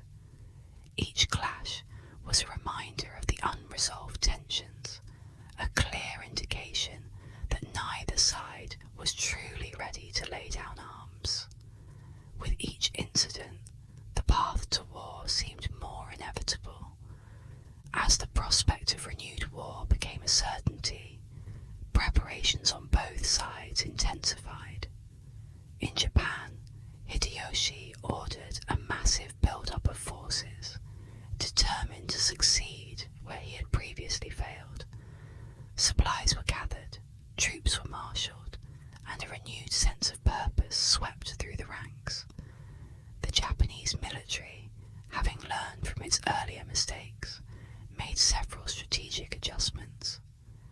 They shifted their focus towards securing key strongholds and coastal regions, understanding that control of these areas would be crucial for maintaining supply lines and launching further operations. There was also a notable improvement in their naval capabilities. The defeats at sea during the first invasion had been a humiliating blow, one that the Japanese Navy was eager to avenge. Ships were reinforced, new tactics were devised, and the fleet was prepared for a more aggressive maritime campaign. Korea, however, was not idle in the face of this looming threat. The horrors of the first invasion had left deep scars, but they had also provided valuable lessons. Korean leaders knew they had to strengthen their defences if they were to withstand another onslaught. Fortifications were reinforced, and supply lines were meticulously organised to ensure that troops could be supported over a prolonged period of conflict. The Korean military underwent significant reorganisation, with new leadership coming to the fore. Local militias were mobilised, embodying a renewed spirit of resistance and determination. These forces, though less formal than the regular army, brought with them a fierce commitment to defending their homeland, a passion that would prove critical in the battles to come. China too recognised the stakes of the renewed conflict. The Ming Dynasty, having already committed resources to aid Korea in the first invasion, understood that a Japanese victory could destabilise the entire region. As a result, the Chinese increased their support, deploying additional troops and resources to assist their Korean allies. Coordination between Chinese and Korean forces improved, with joint operations planned to maximise their effectiveness against the Japanese invaders. This collaboration was not without its challenges, but the shared goal of repelling Japan created a sense of unity that overcame many of the initial obstacles. The stage was set for another brutal chapter in the Imjin War. Both sides were prepared to commit everything to achieve their objectives, aware that this second invasion would be decisive. Forces were gathered, strategies were crafted, and alliances were solidified, all in preparation for the battles that would soon unfold. With tension escalating and armies on the move, the conflict was poised to explode once more into a series of dramatic and bloody encounters that would define the outcome of this relentless war.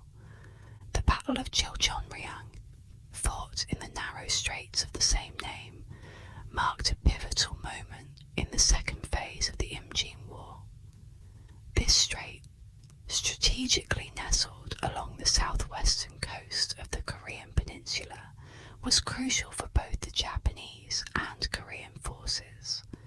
For the Japanese, controlling Chilchonrang meant securing a vital supply route to support their ongoing campaigns on land. The strait's narrow waters also provided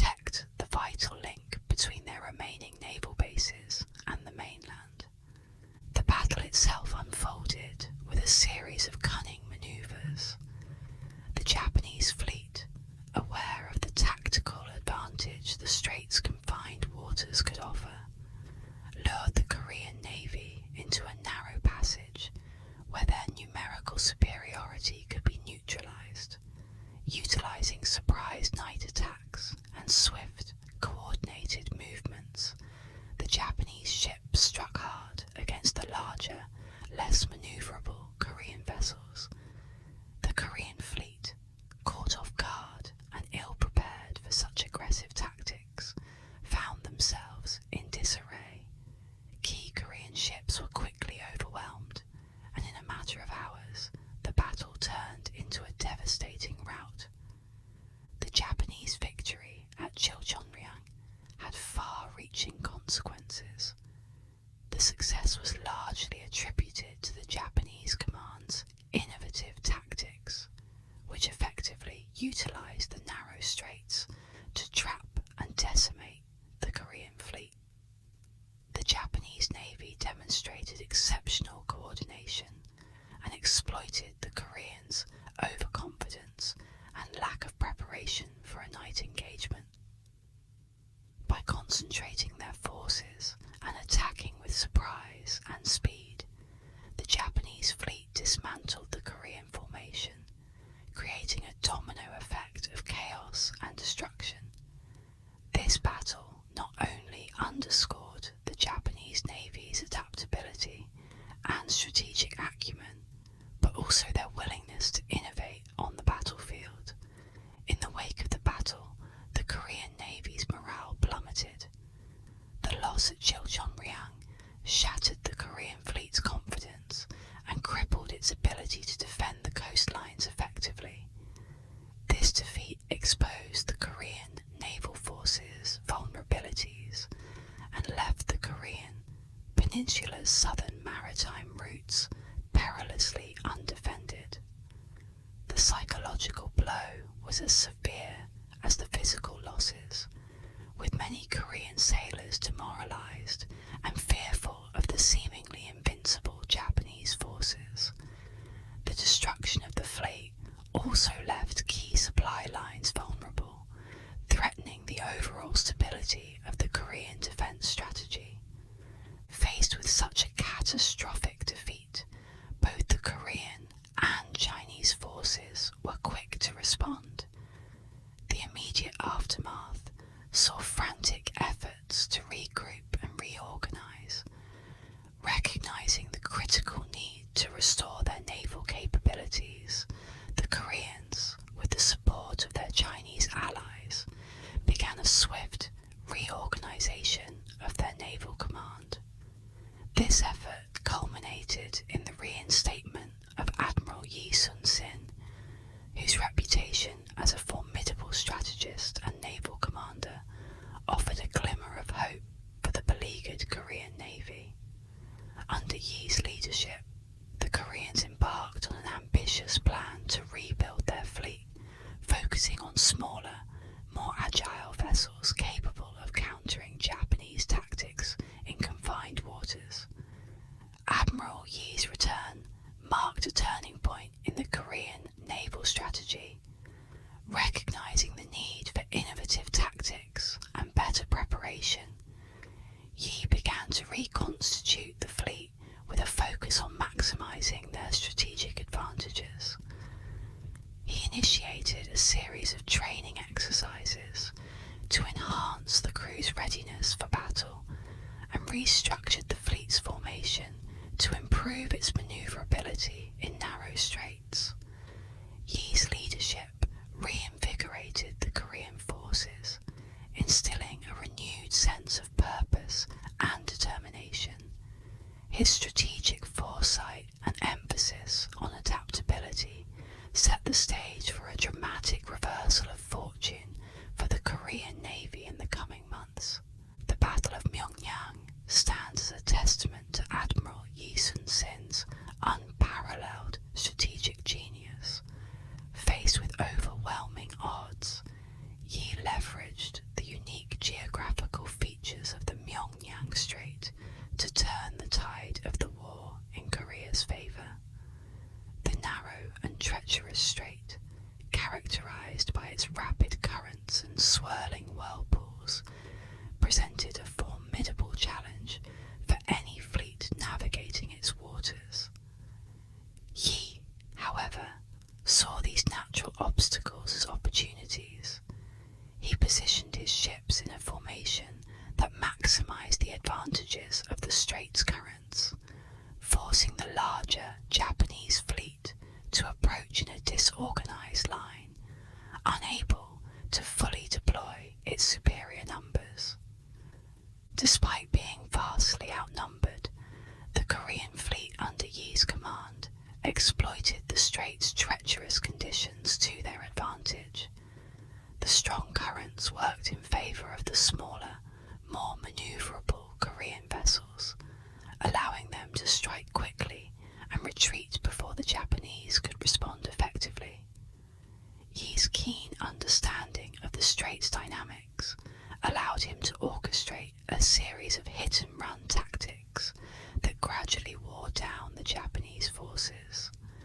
This approach not only minimised Korean casualties, but also maximised the damage inflicted on the Japanese fleet, disrupting their cohesion and sowing confusion among their ranks. Several critical moments defined the Battle of Myeongnyang, each highlighting Yi Sun-sin's mastery of naval warfare. At one point, the tide of battle seemed to favour the Japanese, as their superior numbers began to press in on the Korean lines. Yet, Yi's calm under pressure and his ability to adapt his tactics in real time proved decisive. Sensing an opportunity as the tide shifted, he ordered a sudden and aggressive counterattack, catching the Japanese off guard. This manoeuvre not only broke the Japanese advance, but also caused a cascading panic among their fleet, leading to a chaotic retreat.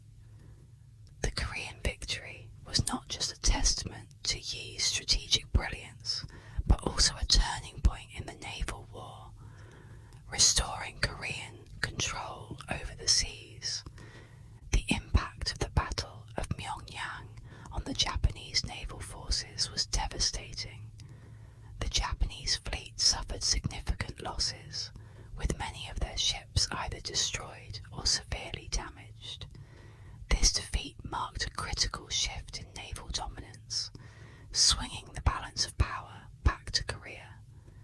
The loss of so many ships not only crippled the Japanese Navy's operational capabilities, but also had profound implications for their overall strategy.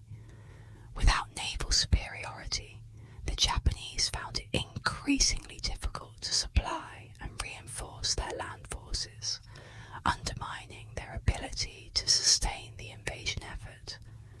This dramatic shift in naval dominance had far-reaching consequences for the Japanese military strategy.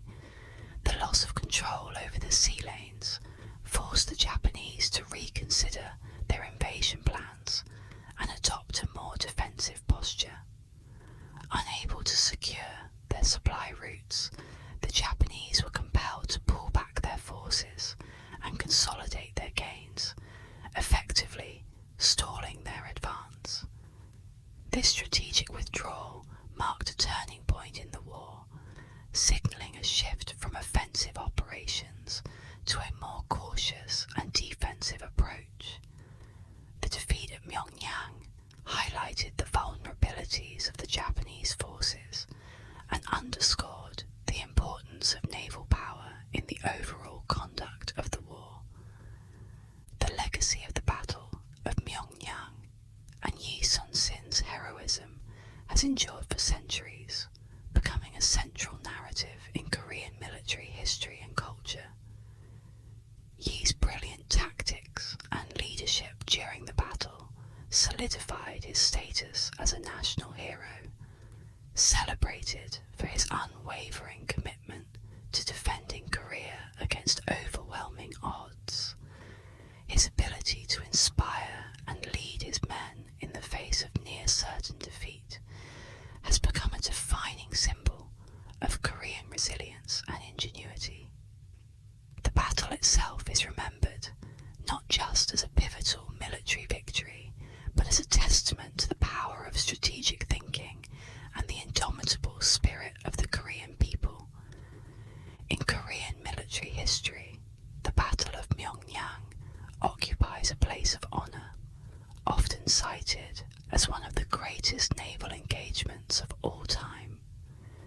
It is frequently referenced in Korean popular culture, with stories, songs, and films commemorating Yi Sun-sin's valour and the remarkable victory he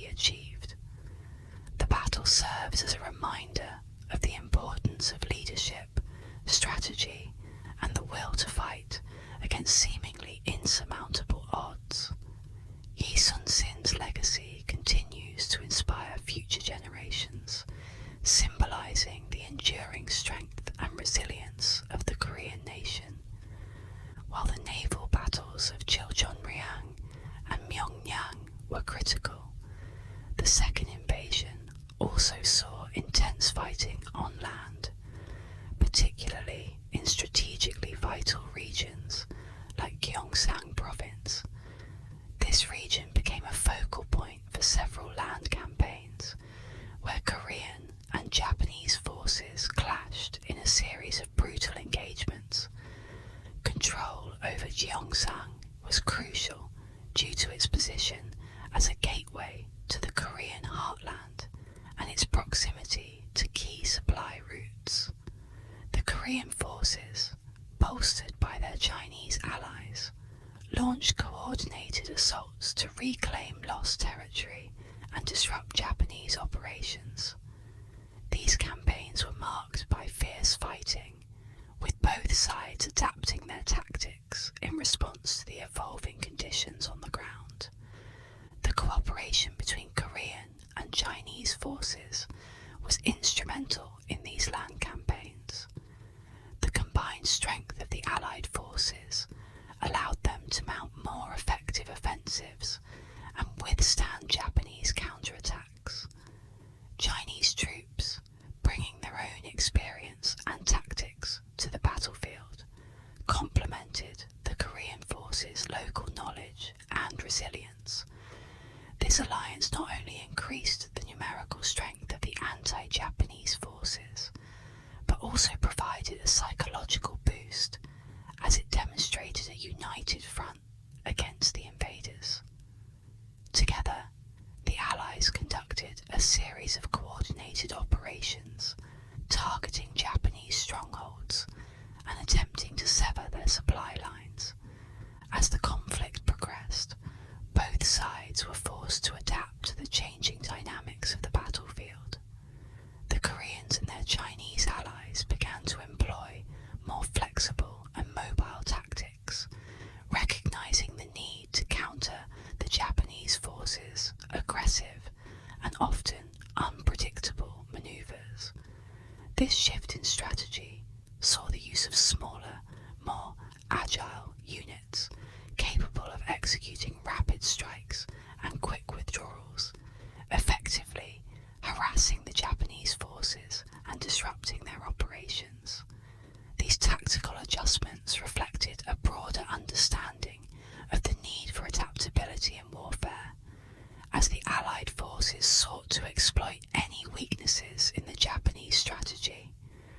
Sieges and defensive actions also played a critical role in the second invasion. Major sieges, such as the Siege of Namwon, tested the resolve and endurance of both the defenders and attackers. At Namwon, a small but determined garrison of Korean and Chinese troops held out against a much larger Japanese force, using the fortress's strong defences to their advantage. Despite being vastly outnumbered, the defenders managed to inflict significant casualties on the Japanese and delay their advance. These sieges were not just about holding territory, they were also about buying time and sapping the enemy's strength and morale. The Korean forces also undertook numerous defensive actions to protect key fortresses and prevent the Japanese from gaining a foothold in strategically vital areas. These actions often involved a combination of regular troops and local militias who worked together to fortify positions and repel Japanese assaults.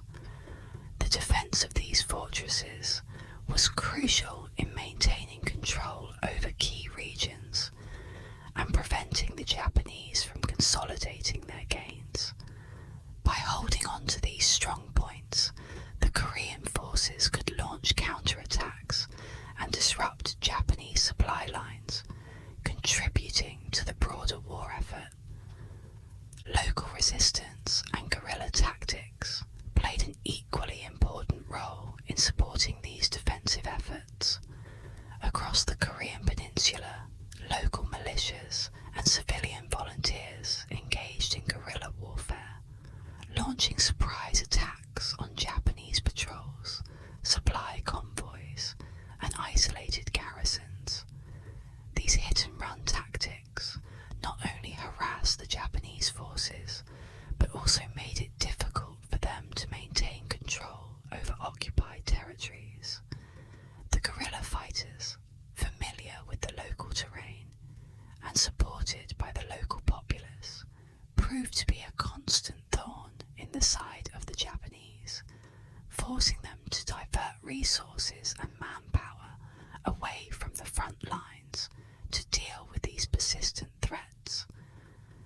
combined efforts of the regular military, local militias, and guerrilla fighters created a multi-layered defense that the Japanese found increasingly difficult to penetrate.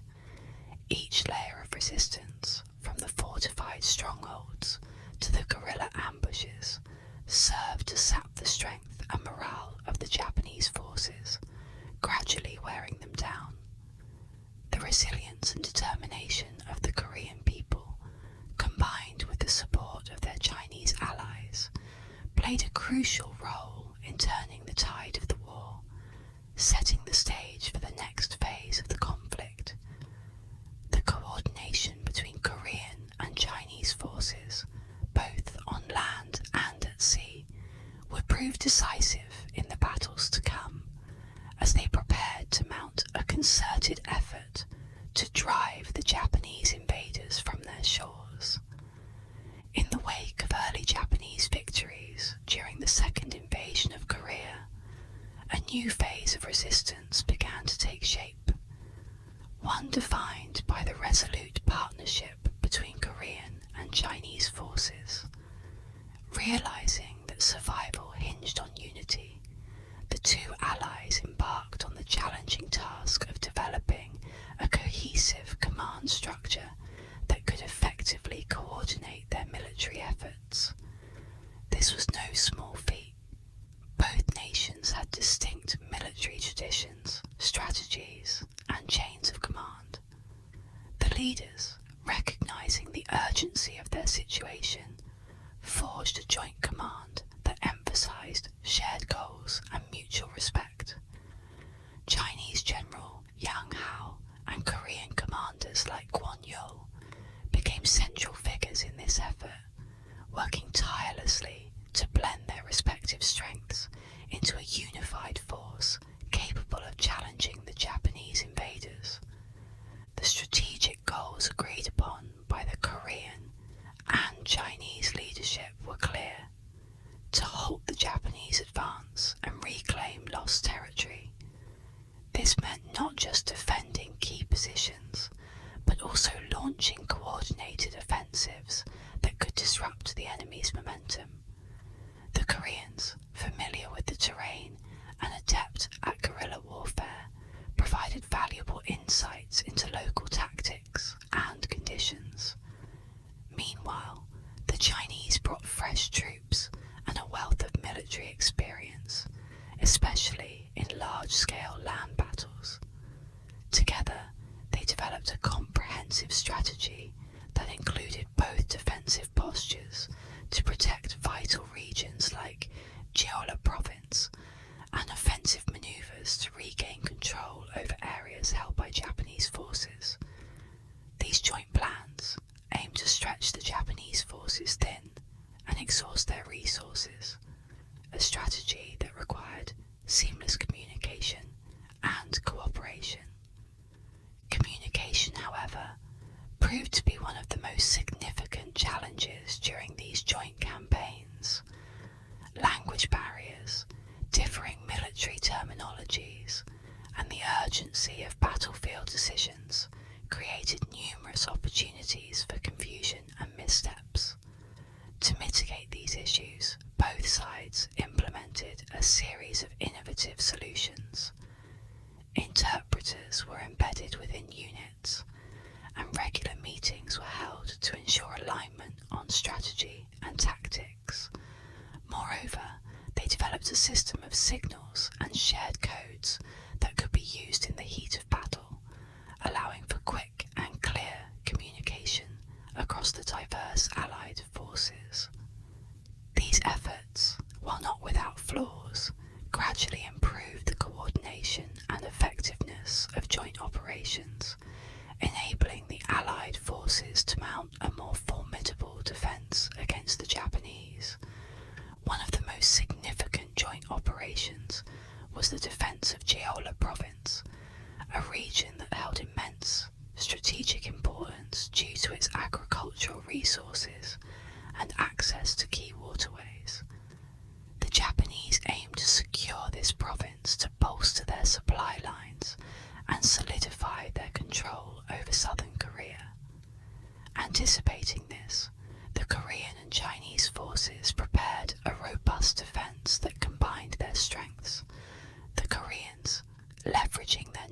knowledge of the local geography, set up defensive positions in mountainous terrain where they could utilize guerrilla tactics. Meanwhile, the Chinese forces, with their superior numbers and heavy infantry, established a fortified line that could absorb and repel large-scale assaults.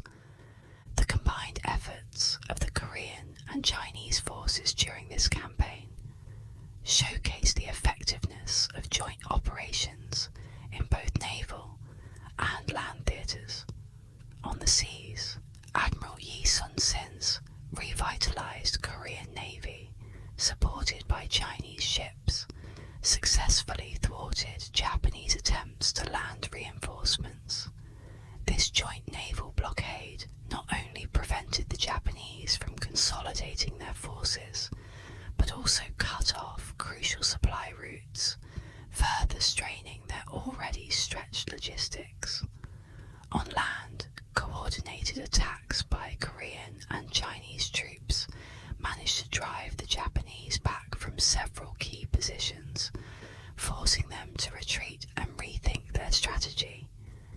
These operations demonstrated how well coordinated, multi-dimensional warfare could significantly impact the enemy's capabilities and morale. From these joint campaigns, several successful tactics emerged that would serve as valuable lessons for future military collaborations. The use of flexible, adaptive strategies that combine the mobility and local knowledge of the Korean forces with the disciplined, large-scale operations of the Chinese troops proved particularly effective. These campaigns also highlighted the importance of maintaining supply lines and managing resources efficiently, as the Japanese found themselves increasingly hampered by their inability to resupply their forward positions. The Allies learned that a well-coordinated approach, where naval and land forces worked in tandem, could disrupt even the most formidable of enemies. These lessons would resonate in the later stages of the conflict and beyond, informing the strategic thinking of both nations. The effectiveness of the Chinese-Korean joint operations relied heavily on their ability to manage supply lines and coordinate logistics across vast and varied terrains, ensuring a steady flow of supplies, ranging from food and water to weapons and medical provisions, was a monumental task, especially given the war-torn landscape. The Allied forces had to secure supply routes that were constantly under threat from Japanese raids and skirmishes. To address this, both Korean and Chinese commanders placed a high priority on safeguarding their lines of communication and transport.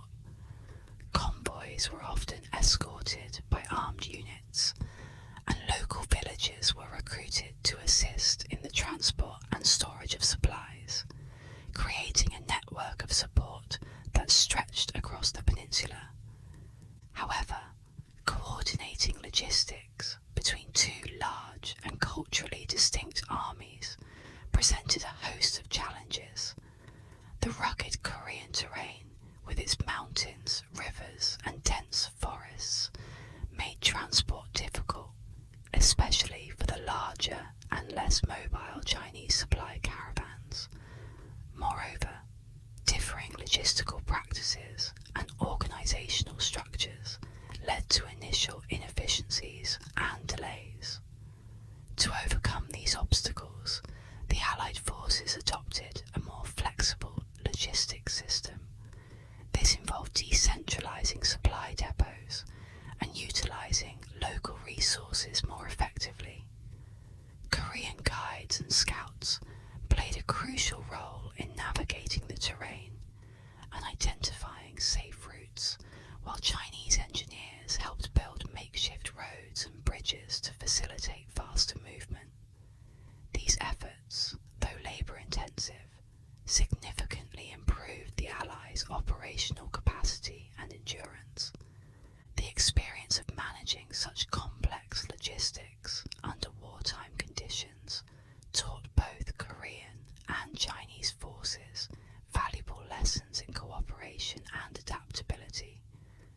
They developed a greater appreciation for each other's strengths and the need for meticulous planning and resource management.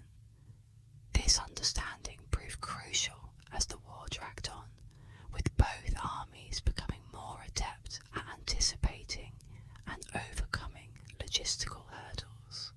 The successes and setbacks in supply management during these campaigns not only shaped the outcome of individual battles, but also reinforced the growing camaraderie and mutual respect between the two allies.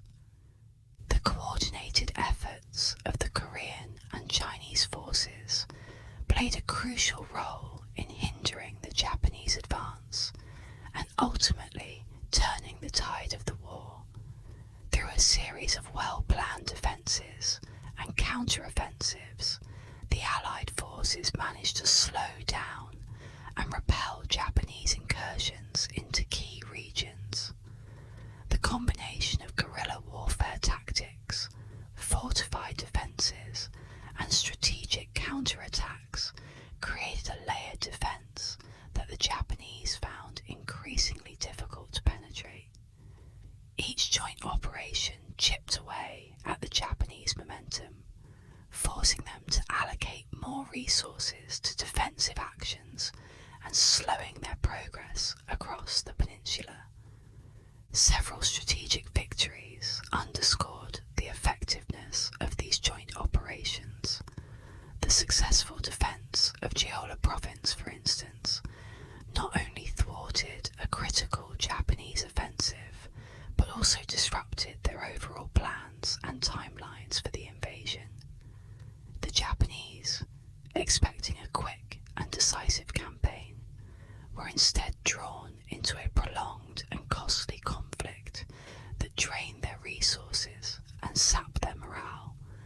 The psychological impact of facing a united Korean and Chinese front was profound, as Japanese troops became increasingly demoralised by their inability to secure a decisive victory.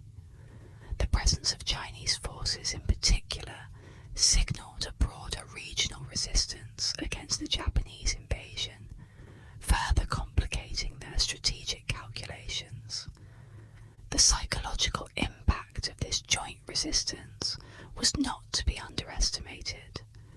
Japanese troops, who had initially entered Korea with confidence and the expectation of swift victory, were now confronted with the harsh reality of a protracted and grueling war. The sight of Chinese banners alongside Korean ones on the battlefield served as a constant reminder of the formidable alliance arrayed against them. Reports of Japanese soldiers becoming increasingly wary and cautious, even reluctant to engage in battle, began to circulate. This growing sense of caution and doubt among the Japanese ranks directly contributed to their slowing momentum and eventual retreat. Beyond the battlefield, the joint operations had significant cultural and diplomatic ramifications. The collaboration between Korea and China during the Imjin War strengthened the bond between the two nations, fostering a deeper sense of mutual respect and shared purpose. The successful coordination and combined efforts on the battlefield translated into a more robust alliance, with both sides recognizing the value of their partnership. This newfound respect extended beyond the military, influencing cultural exchanges and reinforcing the long-standing historical ties between the two countries. Diplomatic exchanges during this period further reinforced the military cooperation, with both Korean and Chinese envoys tirelessly to ensure continued support and alignment. These diplomatic efforts were crucial in maintaining a unified front against the Japanese threat, as they helped to smooth over any tensions or misunderstandings that arose during the course of the war. The ongoing dialogue between the two nations' leaders also facilitated the sharing of intelligence and resources, enhancing the overall effectiveness of their joint military campaigns. This period of intense cooperation laid the groundwork for a more collaborative relationship in the years that followed, shaping the political landscape of East Asia for decades to come. The impact of the Chinese-Korean joint operations extended far beyond the immediate military outcomes of the Imjin War. The successful collaboration between the two nations during this conflict had a profound influence on the balance of power in East Asia. By working together to repel a common enemy, Korea and China demonstrated that they could effectively counter external threats through unified action. This not only deterred future aggression from other regional powers, but also established a precedent for military cooperation that would influence their interactions in subsequent centuries. Moreover, the joint operations set a valuable precedent for future military collaborations between Korea and China. The lessons learned in logistics, command coordination, and joint tactics during the Imjin War would be remembered and referenced in future conflicts. The success of these operations underscored the importance of alliance and cooperation in maintaining regional stability and resisting external aggression. It also reinforced the notion that Korea and China, despite their differences, could find common ground and work together when faced with a mutual threat, a principle that would shape their relationship long after the war had ended.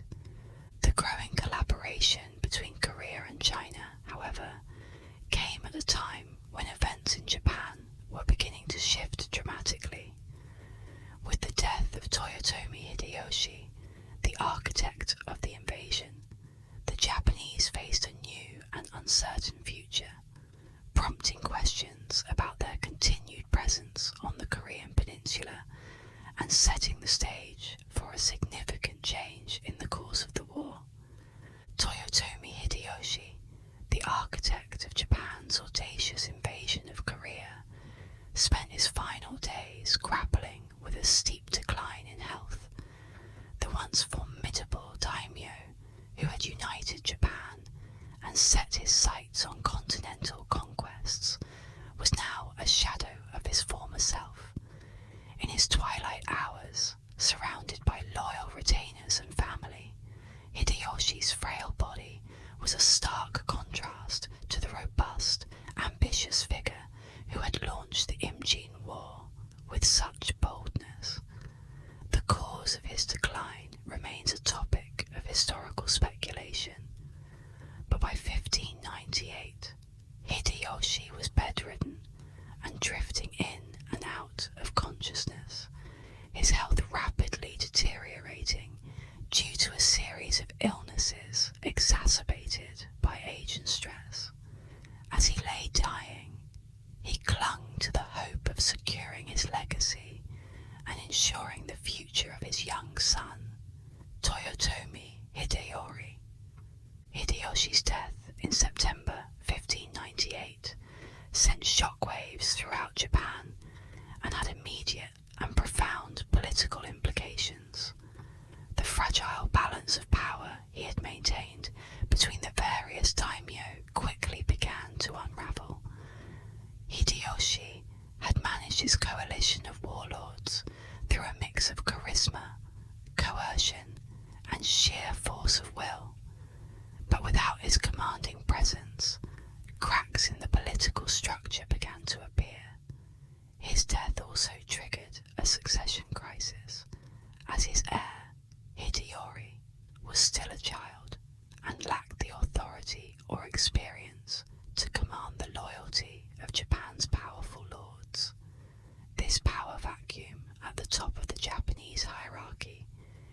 created uncertainty and tension, undermining the once cohesive efforts of the invasion force in Korea. The news of Hideyoshi's death struck a significant blow to the Japanese military strategy. Without his unifying vision and forceful leadership, the Japanese command structure in Korea was thrown into disarray. Senior commanders who had been dutifully carrying out Hideyoshi's grand strategy of conquest found themselves leaderless and without clear directives. The sense of purpose that had driven the invasion began to falter, and debates broke out among the Japanese leaders over the future course of action. Should they continue their ambitious campaigns, or withdraw and consolidate their forces back in Japan? As uncertainty spread, the Japanese military shifted its focus from offensive operations to a more defensive posture, aiming to hold on to their current positions while awaiting orders from a fractured leadership back home. The death of their leader also had a profound psychological impact on the Japanese forces in Korea.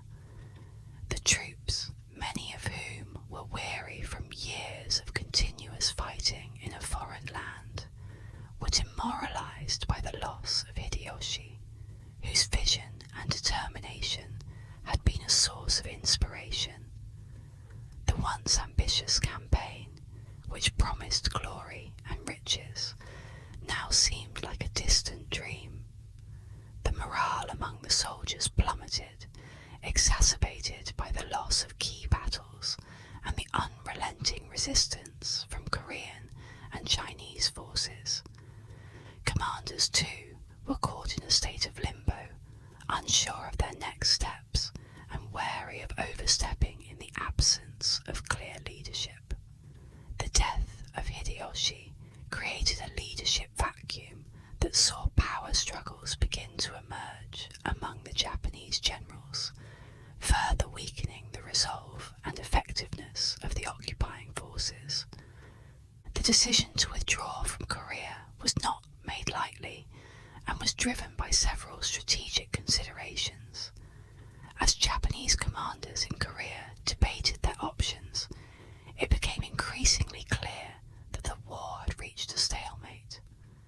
The combined resistance of Korean and Chinese forces had made further advances costly and unsustainable. Additionally, without Hideyoshi's unyielding drive for expansion, the justification for maintaining a large and expensive military presence in Korea began to wane.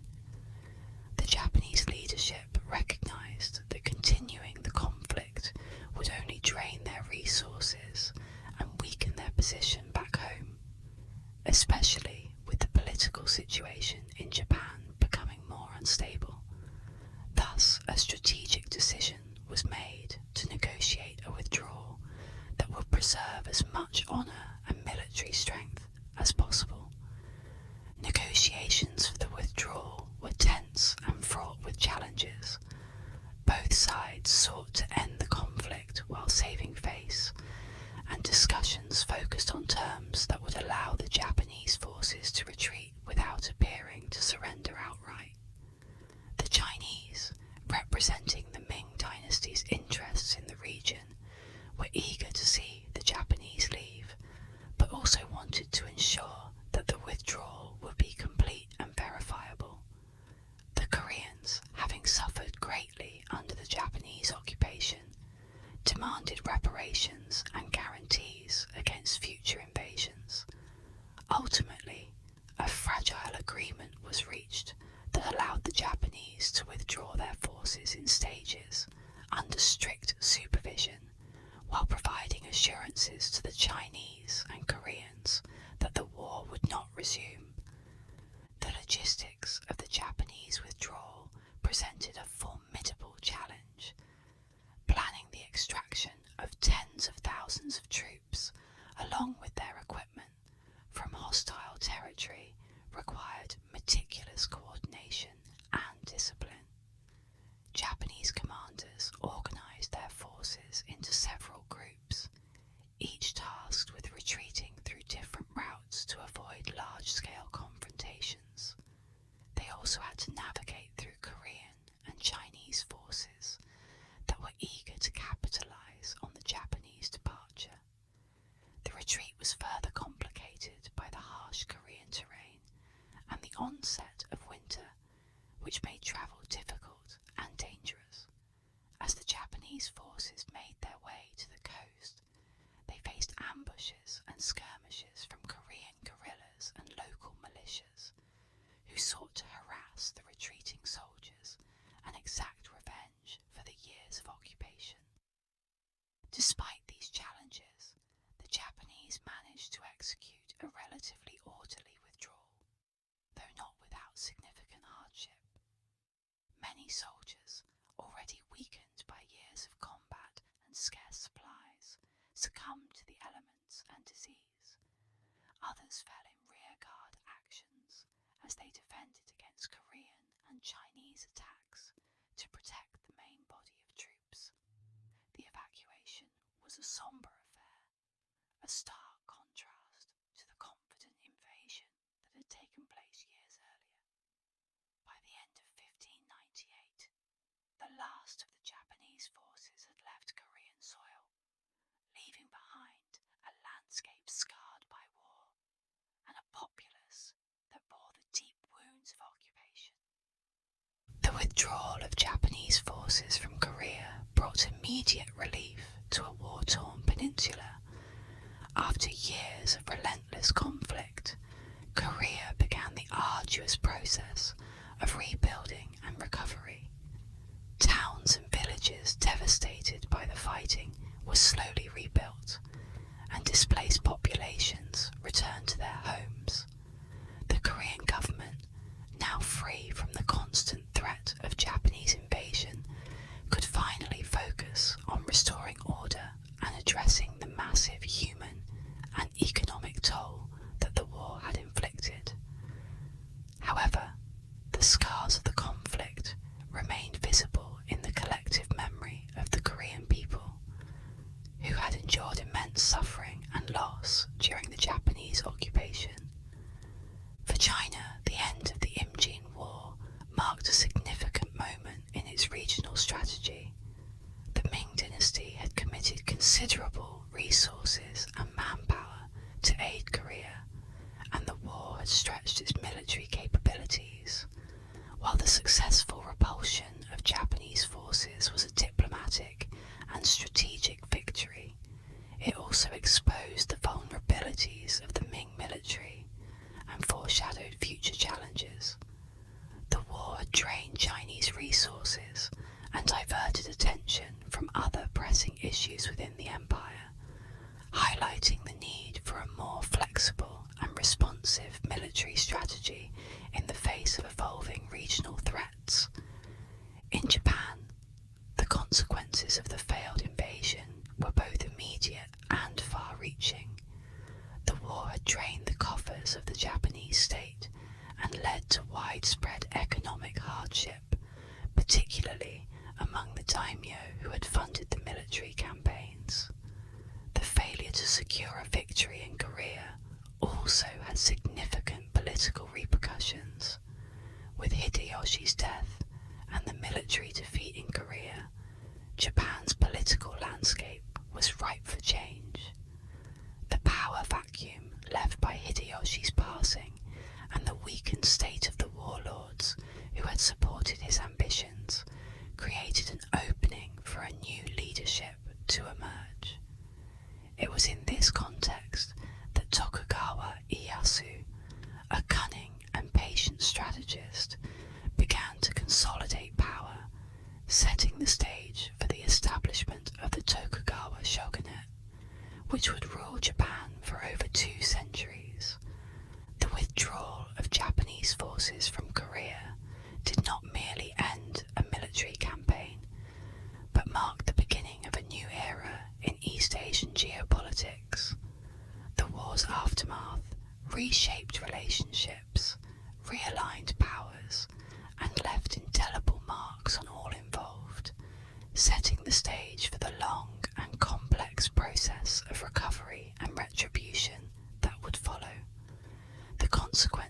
this conflict would ripple through the coming decades, influencing political dynamics and future conflicts across the region. The Imjin War left Korea in ruins, its economy shattered by years of relentless conflict. The destruction of infrastructure and farmlands was widespread and catastrophic. Once thriving cities and towns were reduced to ashes, and the agricultural heartlands that fed the nation lay in desolate ruin. Fields that had once produced abundant harvests were scorched or trampled under the boots of marching armies. Irrigation systems were dismantled, and granaries were pillaged or burned. This devastation severely impacted Korea's agricultural productivity, creating a grim reality where famine became a common spectre haunting the Korean landscape. The loss of arable land and the destruction of harvests meant that even years after the war had ended, the food supply remained dangerously low, exacerbating hunger and hardship throughout the kingdom. The war also dealt a severe blow to Korea's trade and commerce. The conflict had disrupted trade routes that once connected Korean markets with those of neighbouring China and Japan. These routes, vital for the exchange of goods and cultural interaction, were now perilous to traverse, littered with the remnants of battle and patrolled by bandits. The prolonged conflict had isolated Korea economically, cutting it off from international trade networks that were crucial for its economic vitality. The loss of markets and trade relations not only hampered economic recovery, but also forced Korea to rely heavily on internal resources, a challenging feat given the widespread devastation. Rebuilding these networks proved to be a long and arduous process, with economic isolation hampering efforts to restore commerce to pre-war levels. Adding to Korea's economic woes were the substantial costs associated with reconstruction and war reparations. The Joseon dynasty's treasury, already depleted by the expenses of wartime defence and ongoing conflict, now faced the enormous financial burden of rebuilding a shattered nation. Reconstructing cities, restoring agricultural production, and reviving trade required substantial investment, which strained the already limited financial resources of the kingdom. The war forced the Joseon government to implement strict economic policies, including increased taxation and austerity measures, to fund the rebuilding efforts. These financial strains had long-term effects on the dynasty's economic policies, forcing a shift towards greater fiscal conservatism and impacting the kingdom's economic trajectory for decades. The social fabric of Korea was also irrevocably altered by the war. The population loss was staggering, with both civilian and military casualties numbering in the hundreds of thousands. Entire villages were wiped out, and the surviving population was left to grapple with the profound demographic changes that followed. The high death toll led to a significant decline in population, disrupting the traditional family and labour structures that had been the backbone of Korean society. Many families were left without breadwinners, and the workforce was severely diminished, complicating efforts to rebuild the nation. The demographic shift had long-lasting effects, including a labour shortage that slowed economic recovery and altered social dynamics, as communities struggled to adapt to the new realities of a post-war world. Yet, amidst this recovery, Korea experienced a cultural renaissance, a revival of national identity and pride that emerged from the ashes of war. The shared experience of resistance against a powerful invader galvanized the Korean people, leading to a renewed emphasis on Confucian ideals, which became a source of cultural cohesion and moral guidance.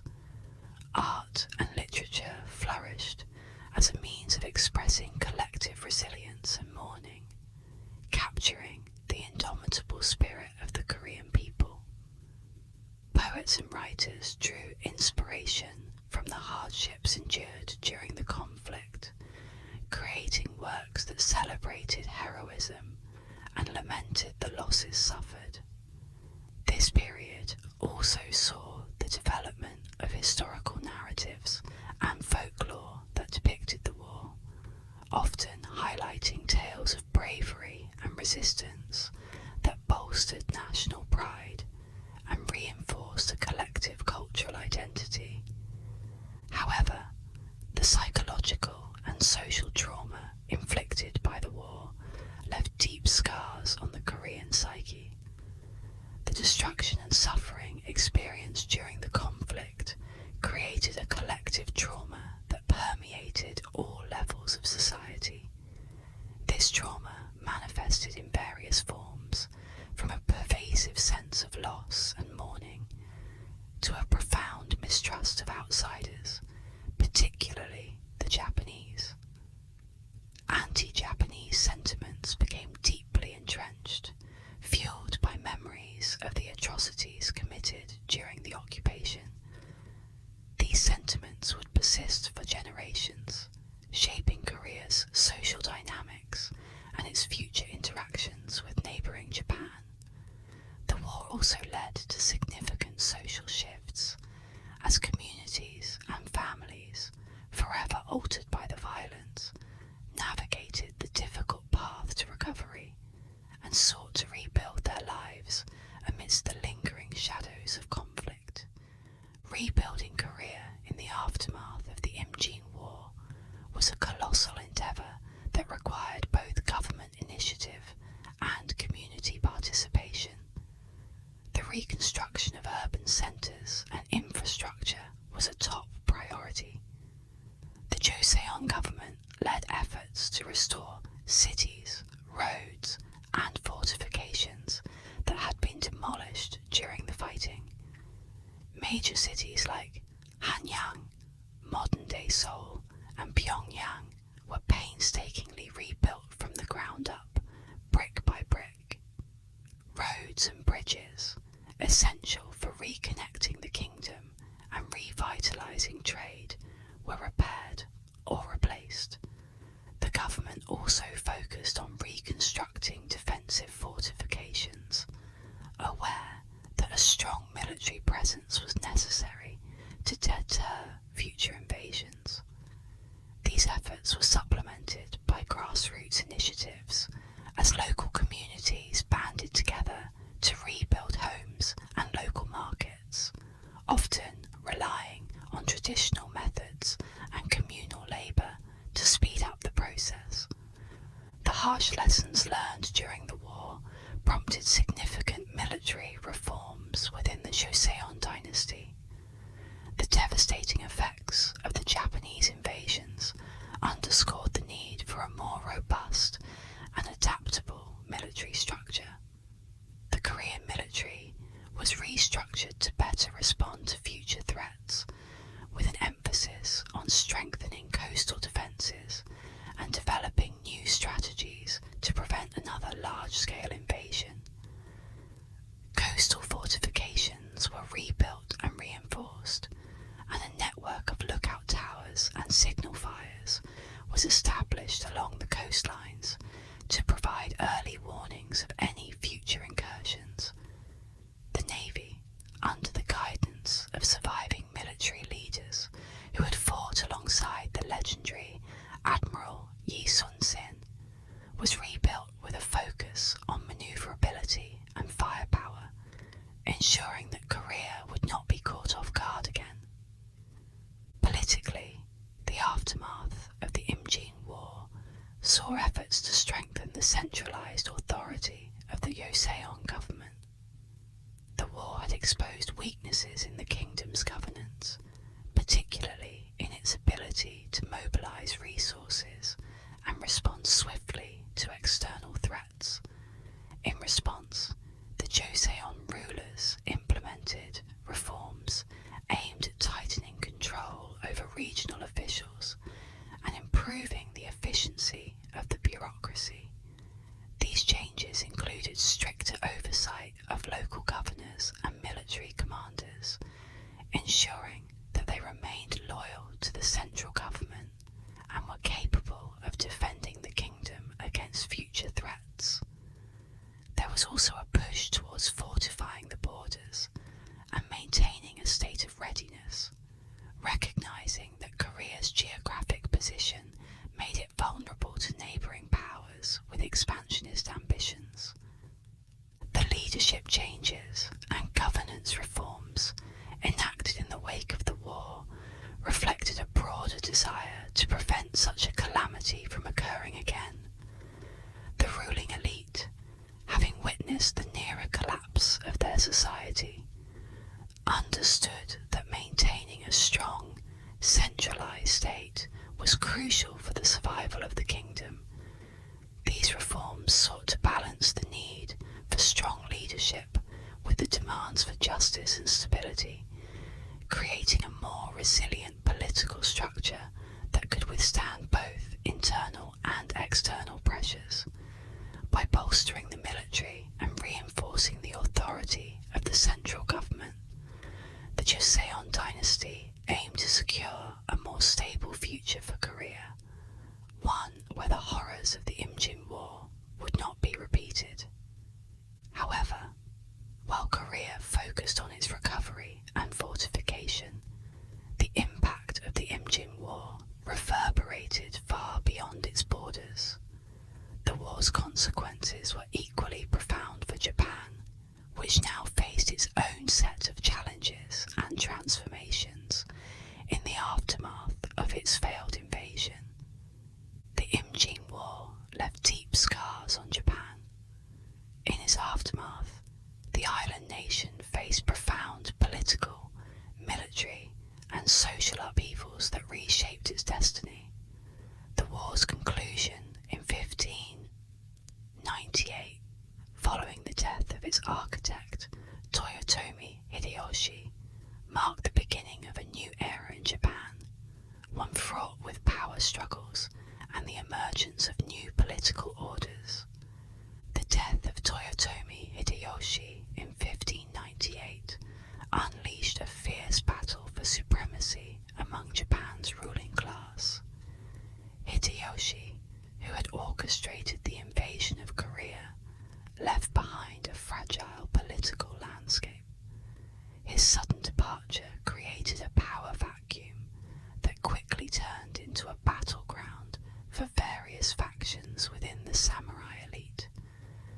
The ruling class, previously united under Hideyoshi's ambitious vision, splintered into factions, each vying for dominance and the right to control Japan's future. These power struggles highlighted the inherent instability of Hideyoshi's regime, which had relied heavily on his personal charisma and military prowess to maintain order. As the conflict intensified, the Toyotomi clan, once the dominant force in Japan, began to crumble. The clan's decline was not just a matter of lost influence, it was a political unravelling that signalled the end of an era. Without Hideyoshi's unifying presence, the Toyotomi clan lacked the strength and authority to maintain its grip on power.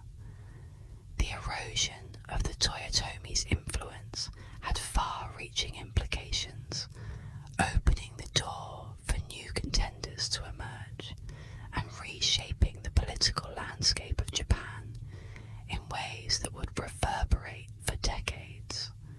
Out of the ashes of the Toyotomi clan's decline rose a new power, Tokugawa Ieyasu.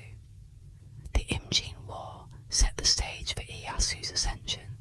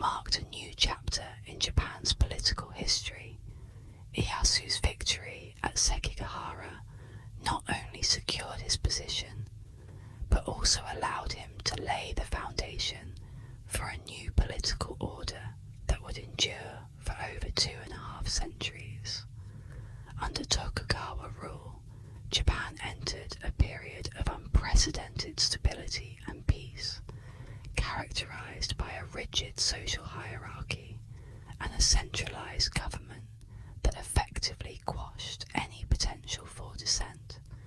The Tokugawa shogunate's ability to maintain control and suppress uprisings ensured that Japan would not see a return to the factionalism and chaos that had plagued the country in the wake of Hideyoshi's death.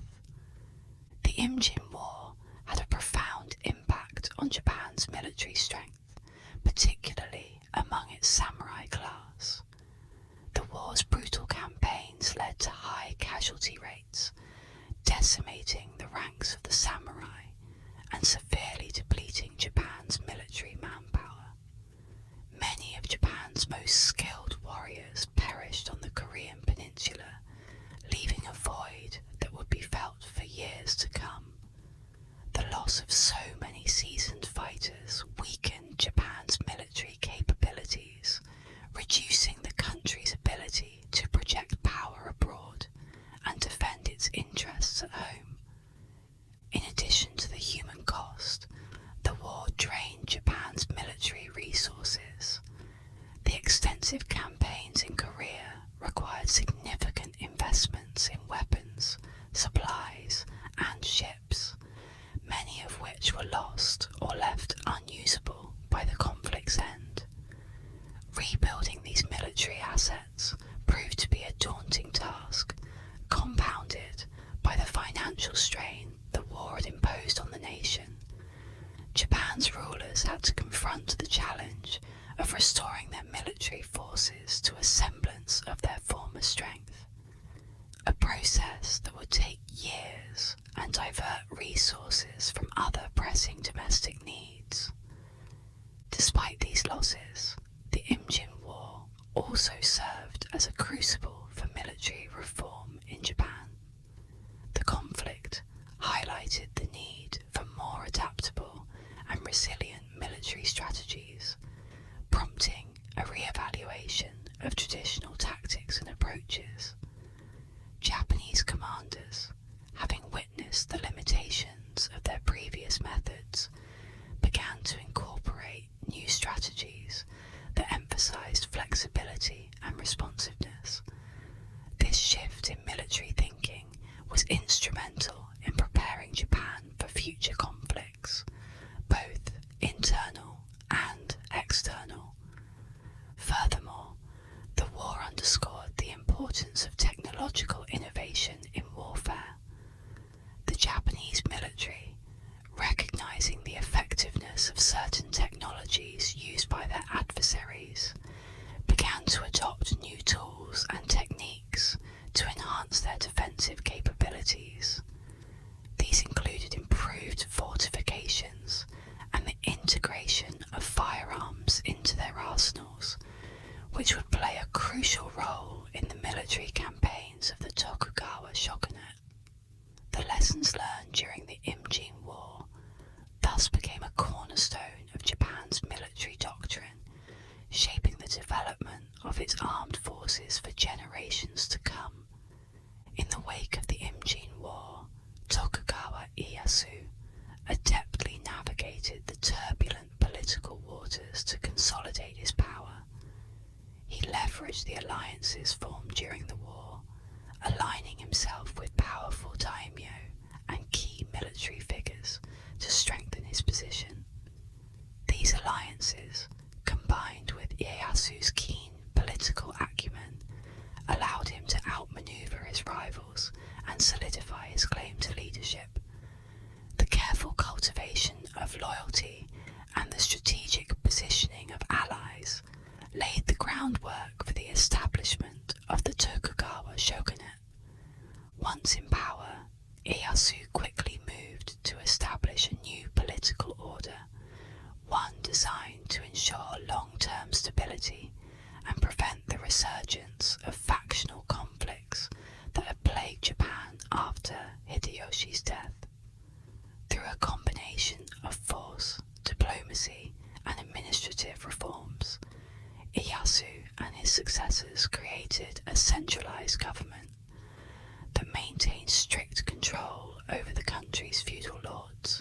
daimyo.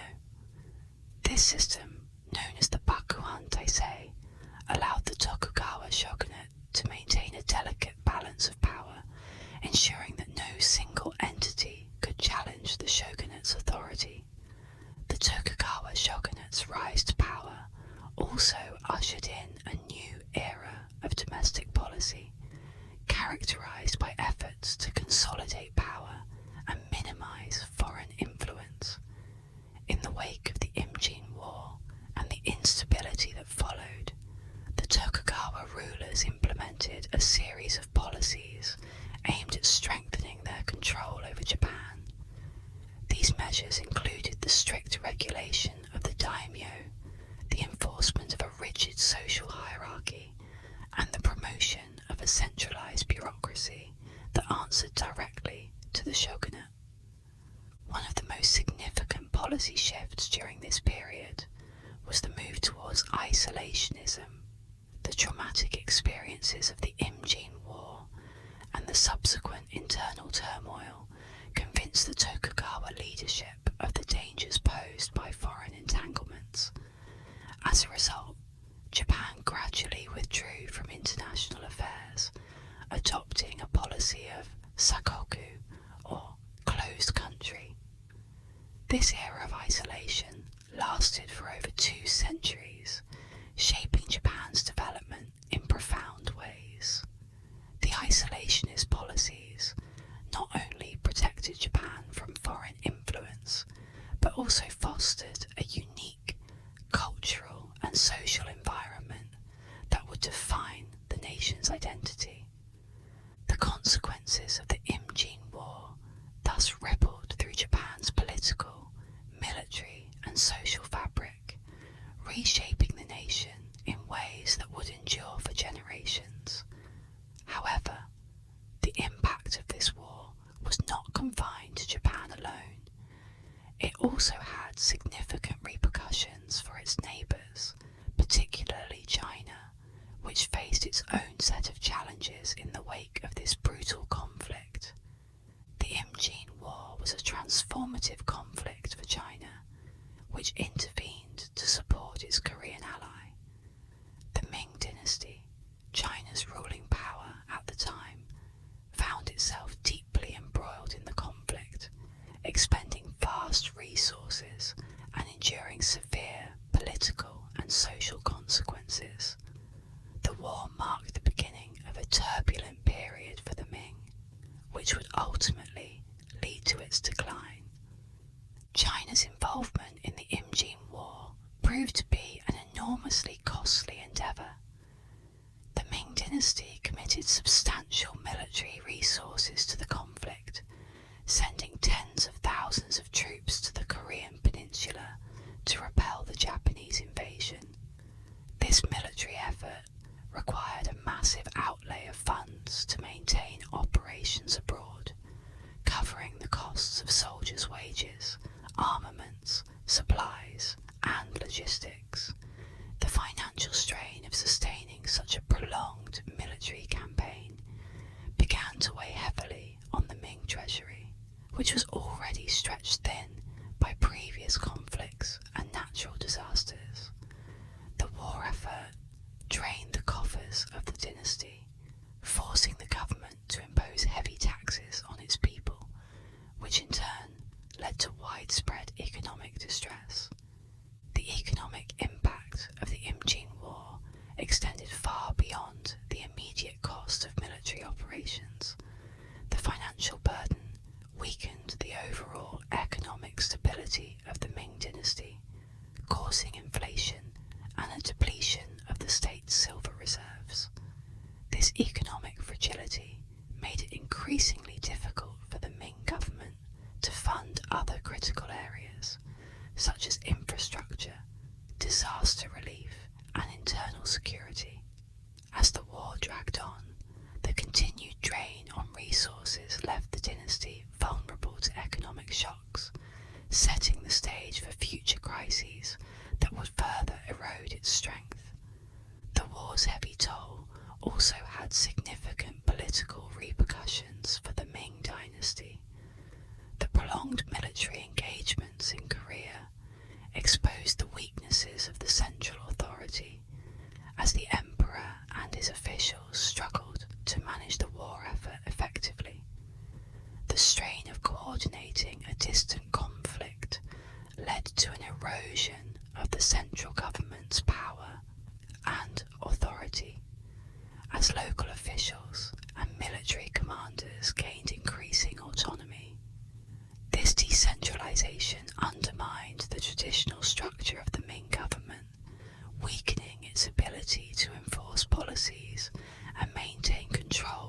its vast territory. Moreover, the war exacerbated existing factionalism and corruption within the Ming court. As resources became scarcer and the need for effective leadership grew more pressing, infighting among officials intensified. Factions within the court vied for influence and control over military and financial resources, often prioritizing personal gain over the needs of the state. Corruption flourished as officials exploited the chaotic situation to enrich themselves, further eroding the efficiency and integrity of the government. This internal strife not only weakened the Ming's ability to prosecute the war effectively, but also sowed the seeds of long-term instability within the empire. Beyond the political and economic ramifications, the Imjin War left a profound mark on the social and cultural fabric of Ming China. The conflict influenced Ming literature and cultural expression, with writers and poets reflecting on the war's devastation and the heroism of those who fought. These cultural works served as both a means of documenting the war's impact and a vehicle for expressing the collective trauma experienced by the Chinese people. Themes of loyalty, sacrifice, and the futility of war became common in the literature of the period, highlighting the deep psychological impact the conflict had on Chinese society. The war also led to changes in societal attitudes towards Korea and Japan. The Chinese populace, once viewing Korea primarily as a loyal tributary state, began to see it as a key ally that had bravely resisted Japanese aggression alongside them. This shift in perception strengthened the bond between China and Korea, at least temporarily, in the face of a common enemy. Conversely, attitudes towards Japan hardened as the brutality of the war and the devastation inflicted on Korean and Chinese lands fueled animosity and distrust that would linger for generations. The military consequences of the Imjin War for China were significant and far-reaching. The protracted conflict severely depleted the Ming military's effectiveness and preparedness. The loss of experienced troops and commanders, coupled with the depletion of military supplies and resources, left the Ming army weakened and less capable of defending the empire's vast frontiers. The exhaustion of the military apparatus also meant that the Ming were less able to respond to internal threats, such as uprisings and rebellions, which became more frequent as the dynasty's power waned. In addition to internal vulnerabilities, the weakened state of the Ming military exposed China to greater external threats. Neighbouring powers, including the rising Manchu forces to the northeast, began to exploit the Ming's weakened position.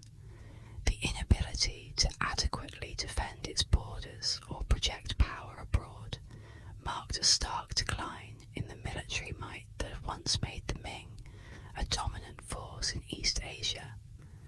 This decline in military capability would have dire consequences for the dynasty, as it faced increasing pressure from both internal and external adversaries.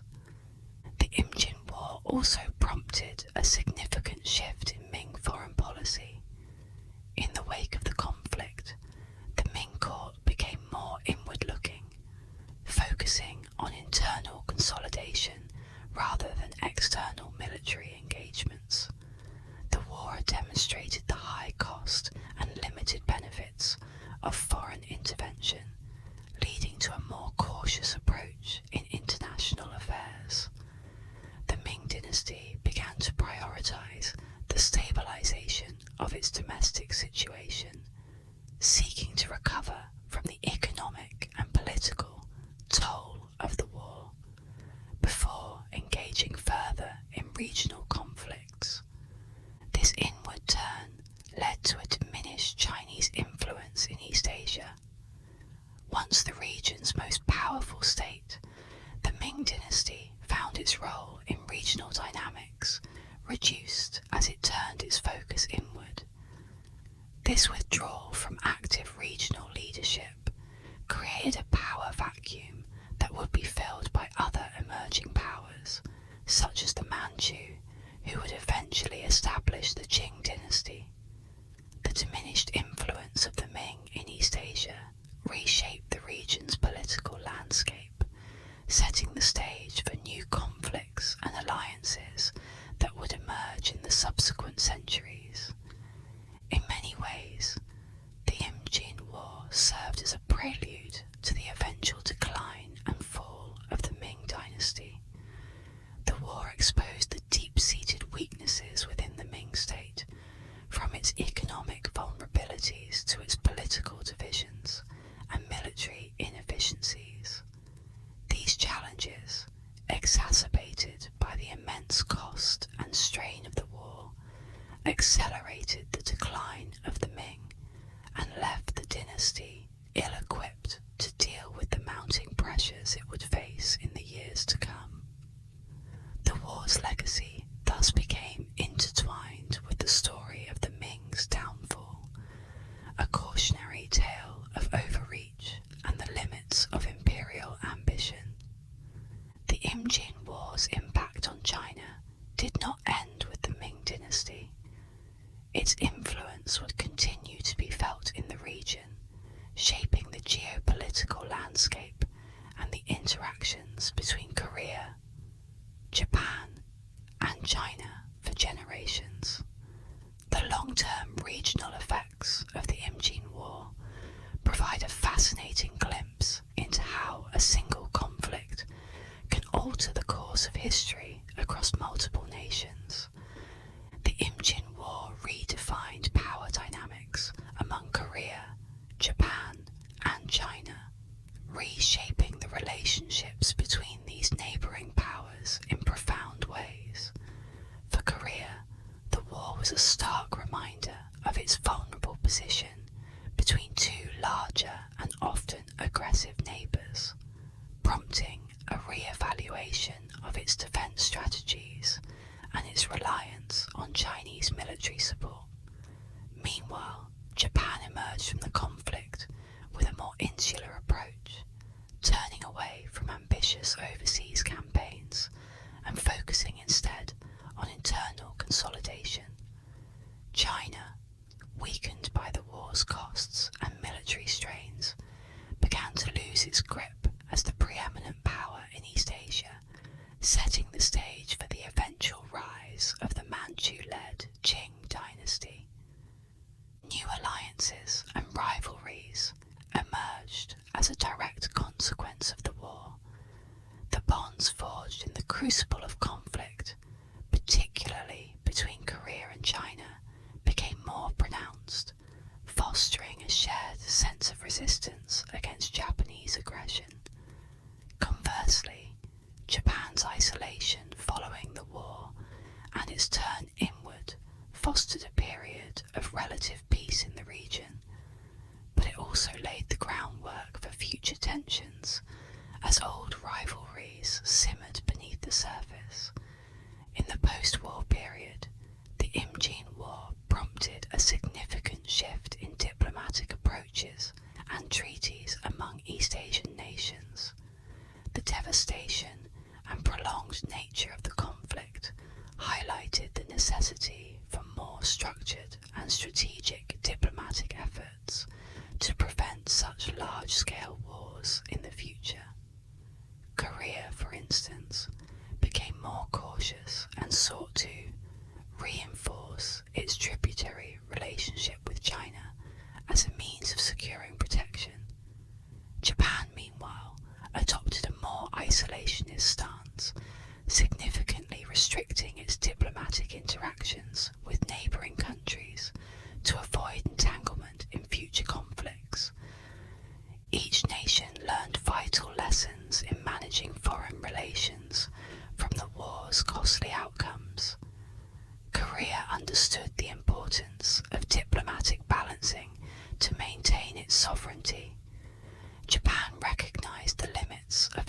expansionist ambitions and the need for stable governance at home, and China realised the risks of overextension in foreign military commitments.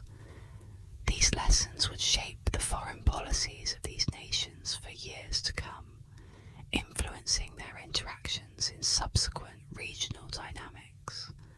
The Imjin War also served as a crucial turning point in military strategy and innovation in East Asia. The fierce battles and extended sieges of the conflict led to the adoption of new technologies and tactics by all parties involved. The Japanese, who had demonstrated effective use of firearms and naval capabilities, refined their military strategies, incorporating these lessons into future engagements. The Korean development of the turtle ship, a pioneering ironclad warship, became a symbol of military ingenuity, influencing naval defense strategies well beyond Korea's borders. These wartime experiences prompted a shift in military doctrines and defense strategies throughout the region.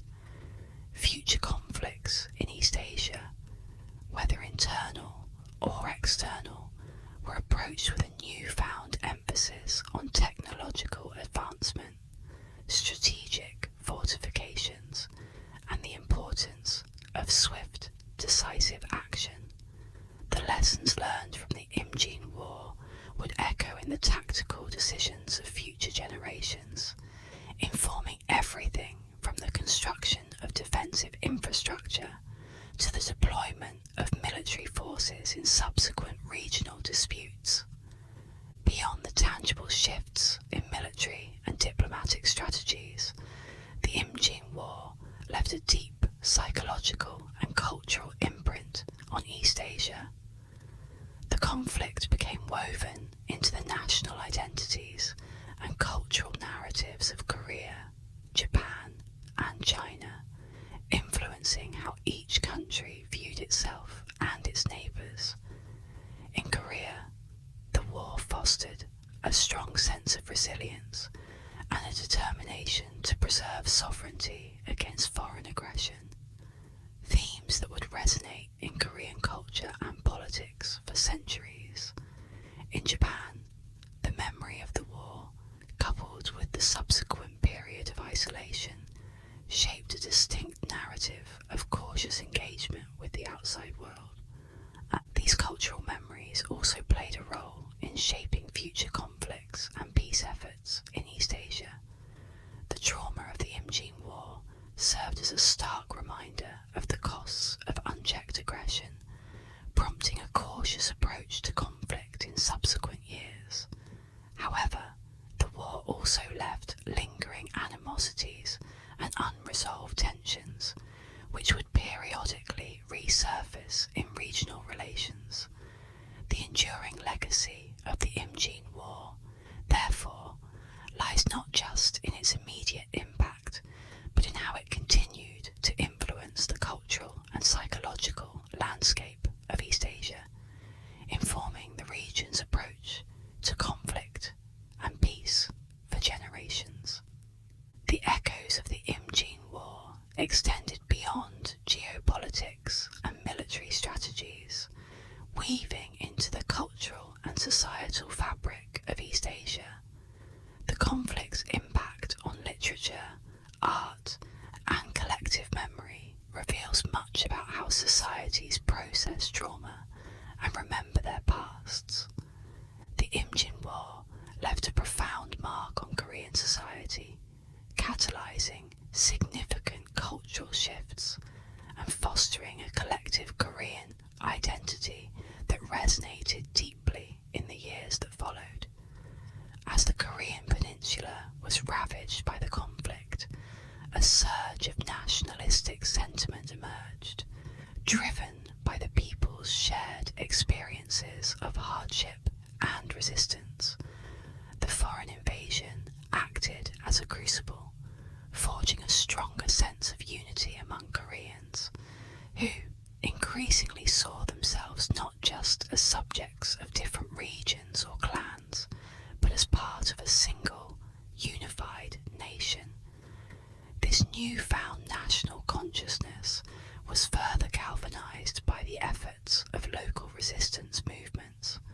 whose acts of defiance against the Japanese occupiers became powerful symbols of national pride and resilience.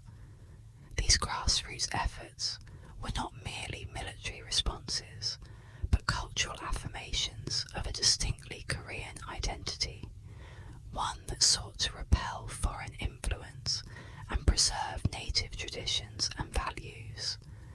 The rise of anti-Japanese sentiment became another defining feature of Korean society in the aftermath of the Imjin War.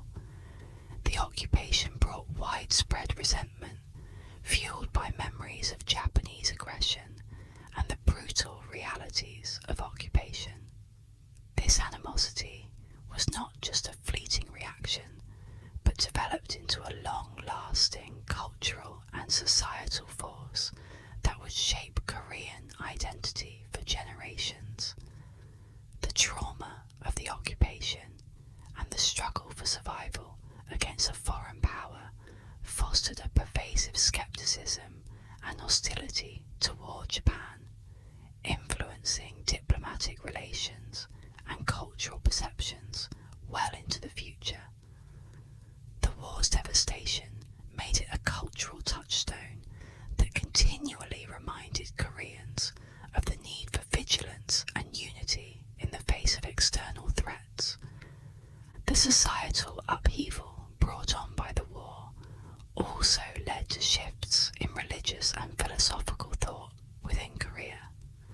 Confucianism, which had been the dominant philosophical framework, began to adapt in response to the new wartime realities, incorporating more flexible interpretations that emphasized loyalty to the nation and resistance to foreign domination.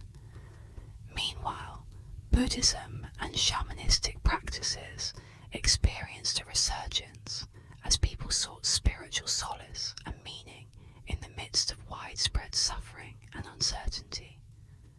In particular, shamanism, with its deep roots in Korean folk traditions, saw a revival, offering a familiar spiritual refuge that connected individuals to a sense of continuity and hope amid the chaos. Additionally, new religious practices emerged, blending elements of existing traditions with fresh responses to the collective trauma of the war, creating a dynamic and evolving spiritual landscape. The impact of the Imjin War on Korean arts, literature, and folklore was equally profound, reflecting the deep scars left on the national psyche.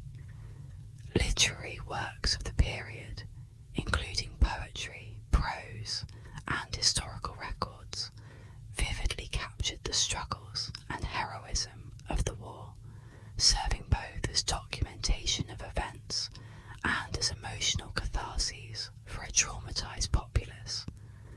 These works played a crucial role in shaping the collective memory of the war, reinforcing national identity and ensuring that the stories of courage and resistance were not forgotten. The literature of this period was not just an artistic expression, but also a political act, asserting a distinctly Korean narrative in the face of foreign aggression.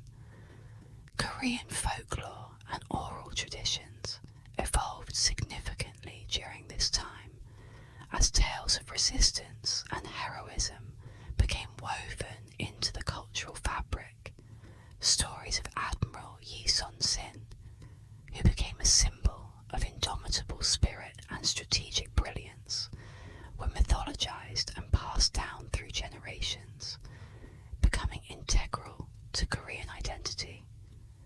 These narratives were not merely tales of the past, but served as enduring reminders of the values of bravery, resilience, and cunning that defined the Korean resistance. The folklore of the period thus became a repository of national pride, celebrating the ordinary and extraordinary acts of defiance that characterized the Korean response to invasion. Artistic expressions too were heavily influenced by the war, with visual arts such as painting and sculpture reflecting themes of struggle, sacrifice and perseverance. Artists created works that commemorated key events and figures, transforming personal and collective grief into powerful visual narratives that honoured the resilience of the Korean people. Commemorative art and monuments dedicated to war heroes and significant events were developed to serve as lasting reminders of the sacrifices made during the war and as symbols of national strength. These artistic endeavours not only preserved the memory of the conflict, but also helped to heal a society scarred by war, providing a sense of closure and continuity. In examining the changes that swept through Korean society in the wake of the Imjin War, it becomes evident how the conflict reshaped the cultural and societal landscape, fostering a stronger sense of identity and resistance. But Korea was not the only nation to be profoundly affected by the war. As we turn our focus to Japan, we see that the conflict also had significant cultural and societal repercussions on the Japanese side, influencing their own sense of identity and historical narrative.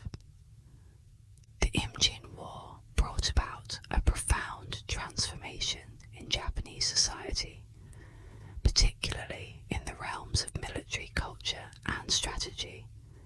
Among the most notable changes was a significant shift in the perception and role of the samurai class. The conflict exposed the limitations of traditional samurai warfare, highlighting the need for a more disciplined and adaptable approach. As a result, the ideals of the samurai began to evolve, placing greater emphasis on discipline and loyalty, as well as on the ability to adapt to new types of warfare. This period marked the beginning of a new samurai ethos, one that valued not just martial prowess, but also strategic thinking and the ability to respond to the rapidly changing dynamics of battle. The war effectively broadened the definition of what it meant to be a samurai, paving the way for a more versatile and strategically minded warrior class. In addition to reshaping the samurai ethos, the Imjin War also prompted significant adaptations in Japanese military strategies and technologies. The Japanese forces quickly learned from their experiences on the Korean peninsula, incorporating new tactics, formations, and weaponry to better suit the challenges they faced.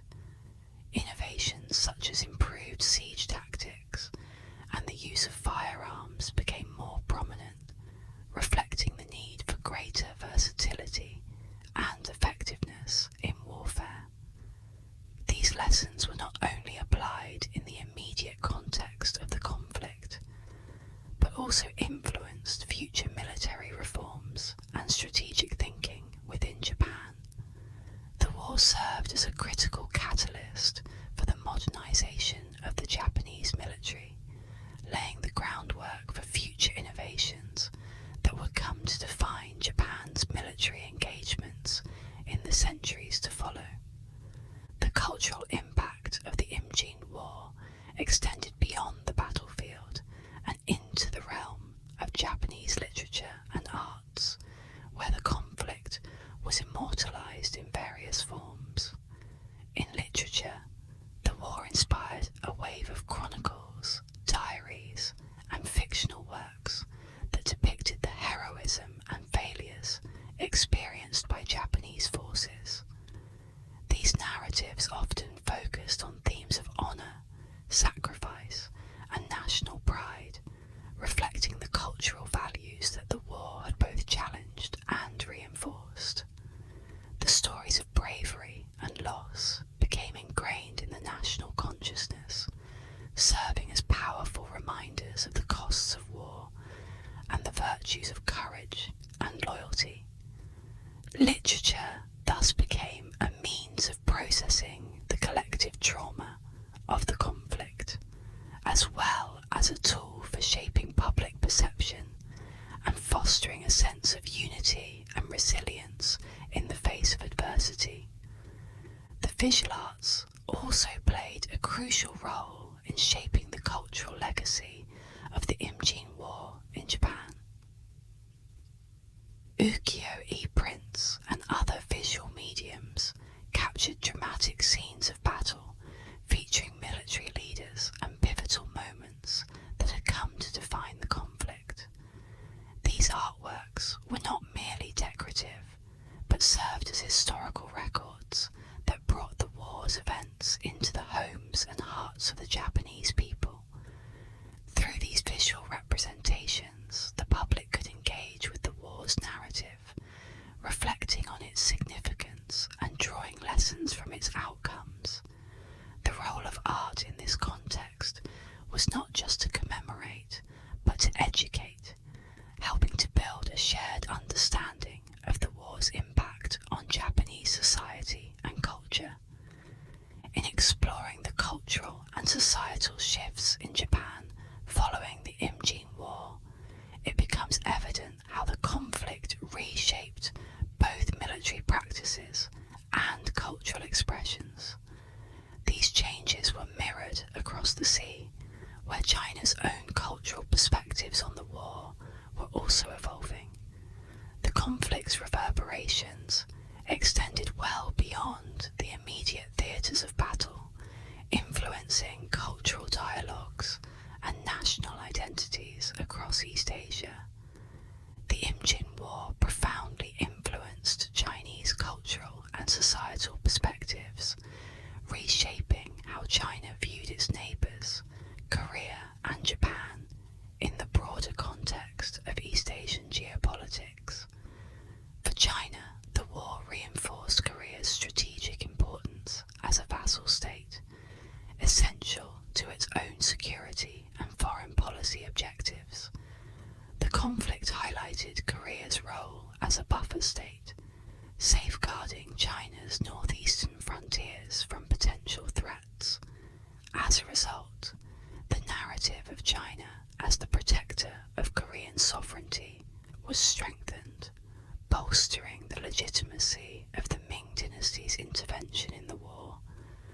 This protective stance was not just a political maneuver, but a deeply ingrained cultural view that cast China as a guardian of regional stability, a role that echoed throughout subsequent centuries of Sino-Korean relations. In stark contrast, the war shifted Chinese perceptions of Japan, which began to be seen not just as a distant neighbour, but as a rising threat. The Imjin War revealed the extent of Japanese military ambitions and capabilities, prompting a re-evaluation of China's diplomatic and military strategies. The realization that Japan could project power far beyond its shores and challenge regional stability forced Chinese leaders and strategists to consider Japan as a serious contender in East Asian politics. This newfound awareness influenced China's future military planning and diplomatic approaches, setting the stage for a more cautious and strategically aware posture towards Japan in the years to come. Chinese depictions of the Imjin War in historical records and official chronicles played a crucial role in shaping public perception and reinforcing the Ming Dynasty's authority. The war was meticulously documented in Chinese official histories, often emphasizing the success of Chinese intervention and the valor of Ming troops. These records not only served to chronicle events, but also to underline the legitimacy of the Ming Dynasty's rule, portraying it as a powerful and benevolent force that had defended a vulnerable ally against foreign aggression. By highlighting the military successes of the Ming forces, these chronicles reinforce the narrative of a strong and capable China, capable of exerting its influence and protecting its interests across its borders. The cultural impact of the Imjin War extended beyond official records into the realms of Chinese arts and popular culture. The war became a popular theme in paintings, theatre, and storytelling, with depictions of key battles and figures capturing the imagination of the Chinese people. These artistic representations were not merely historical records, but cultural expressions that shaped and solidified Chinese understanding of the conflict. Through vivid imagery and dramatic narratives, the war was brought to life, ensuring that its lessons and legacies were imprinted in the cultural memory of China. This cultural engagement with the war allowed the Chinese people to reflect on their own values and identity, seeing themselves as part of a broader narrative of resistance and resilience. As China grappled with the cultural and strategic implications of the Imjin War, it was not just the battlefields and diplomacy that shaped its outlook, but also the individuals who played pivotal roles in this historic conflict. These key figures, both celebrated and infamous, would go on to shape the war's legacy in ways that transcended borders and eras. Admiral Yi Sun-sin stands as one of the most celebrated figures in Korean history, a symbol of resilience and unmatched military prowess. Born into a scholar gentry family in 1545, Yi's early life was marked by a fascination with military affairs, a passion that set him apart from his peers, who were often more inclined towards civil service and scholarly pursuits. This interest propelled him into a military career where he quickly distinguished himself. Through a combination of innate leadership qualities and a deep understanding of military strategy, Yi rose steadily through the ranks of the Korean military, earning a reputation for his discipline and tactical brilliance. Yi Sun-sin's ascent to prominence truly began with his appointment as the commander of the Korean Navy. Recognizing his strategic acumen, the court entrusted him with the task of defending Korea's waters against the impending Japanese threat. It was during this time that Yi developed the famed Turtle ship, an innovative armoured warship that would revolutionize Korean naval warfare. The Turtle ship, with its ironclad deck and fearsome dragon-head prow, gave the Korean Navy a formidable tool with which to challenge the superior numbers of the Japanese fleet. Yi's innovations did not stop at shipbuilding. He also devised new tactics and formations that would come to define his naval campaigns, ensuring his place as a visionary leader in the annals of military history. Yi's tactical genius was most evident in his use of Korea's unique geography to his advantage. Understanding that the Japanese fleet's strength lay in its numbers, Yi meticulously planned his battles to exploit the narrow straits and coastal waters of Korea, where the Japanese could not effectively maneuver. His emphasis on disciplined coordination and precise execution became the hallmark of his naval strategy, allowing him to achieve remarkable victories despite often being outnumbered. Yi's ability to inspire his men and maintain strict discipline under fire was crucial in these engagements, fostering a culture of unwavering resolve and unity that was instrumental to his unbroken string of victories. The legacy of Admiral Yi Sun-sin extends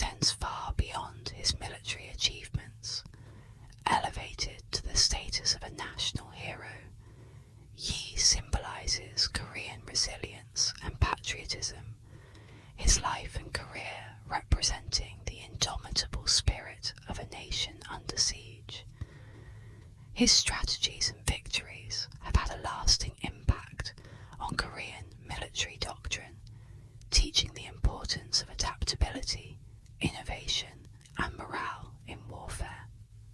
In popular culture, Yi is celebrated in countless stories, songs, and films, his name evoking a sense of pride and determination in the Korean people.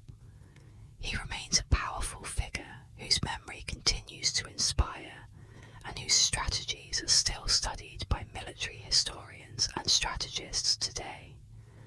Among Yi's numerous contributions to Korean military history, the Battle of Hansan Island stands out as a masterpiece of naval strategy, employing the crane wing formation.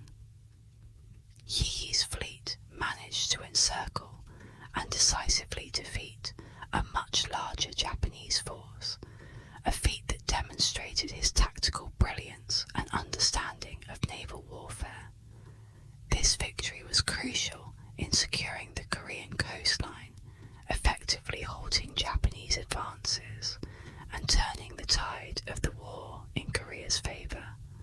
It was a moment that underscored Yi's role as a protector of his nation, enhancing his reputation and solidifying his place in Korean history.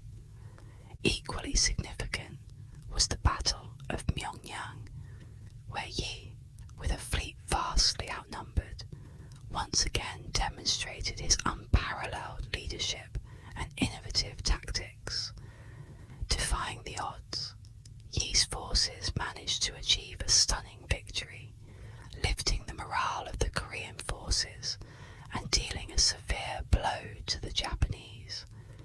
The impact of this battle was profound, not just in its immediate military outcomes, but also in its psychological effects, bolstering Korean resolve and shaking Japanese confidence.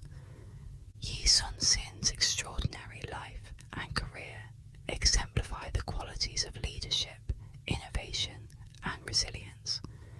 His counterpart, Toyotomi Hideyoshi, presents a contrasting figure whose ambitions and strategies on the other side of the war played an equally pivotal role in shaping the course of the Imjin War. Toyotomi Hideyoshi is a towering figure in Japanese history, renowned for his audacious ambition and strategic brilliance, which propelled him from humble beginnings to the pinnacle of power. Born to a peasant family in the 1530s, Hideyoshi's early life was marked by poverty and hardship. However, his keen intelligence and remarkable adaptability soon set him apart.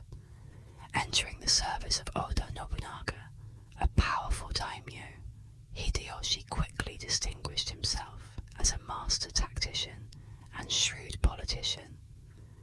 His rise was meteoric, leveraging his military prowess to gain favour and employing strategic marriages to solidify alliances, gradually amassing power and influence that would ultimately lead him to unify Japan under his rule.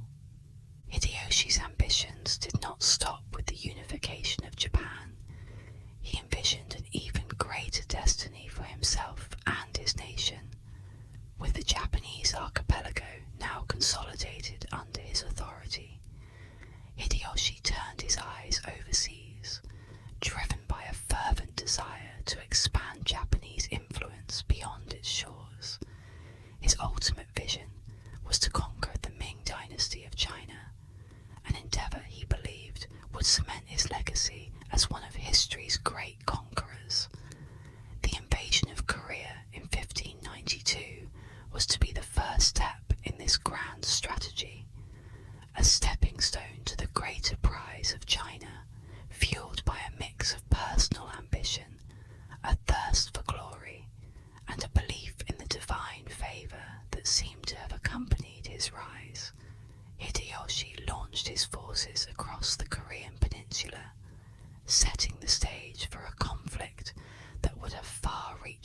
consequences.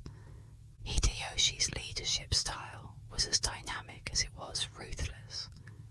He maintained a centralized control over Japan, wielding power with a deft mix of reward and intimidation to ensure the loyalty of his generals and the daimyos under his command. His governance was marked by a keen understanding of human nature. He used lavish gifts and honours to secure the allegiance of allies, while his swift and brutal punishment of dissenters kept potential rivals in check. Within Japan, Hideyoshi's blend of diplomacy and military force proved highly effective, enabling him to maintain peace and stability. However, this approach faced significant challenges when applied beyond Japan's borders, where the complexities of foreign conquest required a different kind of leadership. In executing the Korean campaign, Hideyoshi initially enjoyed a series of swift successes, driven by the element of surprise and the overwhelming force of his armies. The early stages of the invasion saw Japanese forces advance rapidly, capturing key Korean cities and pushing towards the Chinese border. However, these victories soon gave way to a series of strategic blunders. Hideyoshi underestimated the resilience and tactical ingenuity of the Korean and Chinese forces, as well as the logistical challenges of sustaining a prolonged campaign far from home. His failure to secure a coherent strategy for occupation and governance of the conquered territories left Japanese forces overstretched and vulnerable, unable to maintain their initial momentum as the war dragged on. The impact of Hideyoshi's leadership on the outcome of the war was profound. His initial strategy relied heavily on rapid, decisive victories, but when these did not lead to a quick capitulation, the campaign faltered. The logistical strain, combined with the fierce resistance encountered, eventually forced the Japanese to withdraw, marking a significant setback for Hideyoshi's grand ambitions. Yet, his campaign in Korea left an indelible mark on Japanese military history, demonstrating both the potential and the limits of Japan's expansionist ambitions. As Hideyoshi's vision faltered, the complexities of the Imjin War continued to unfold, drawing in a new set of formidable leaders from across the sea. The Chinese generals and officials whose involvement would dramatically alter the course of the conflict. The Imjin War drew not only Korea and Japan into its vortex, but also the might of Ming China, whose generals and officials played a pivotal role in shaping the conflict's outcome. Among the most notable figures was General Li Rusong, a seasoned commander with a reputation for his strategic acumen and unyielding resolve. Tasked with leading the Ming forces to assist Korea in repelling the Japanese invasion, Li Rusong quickly established himself as a formidable opponent to the Japanese advances.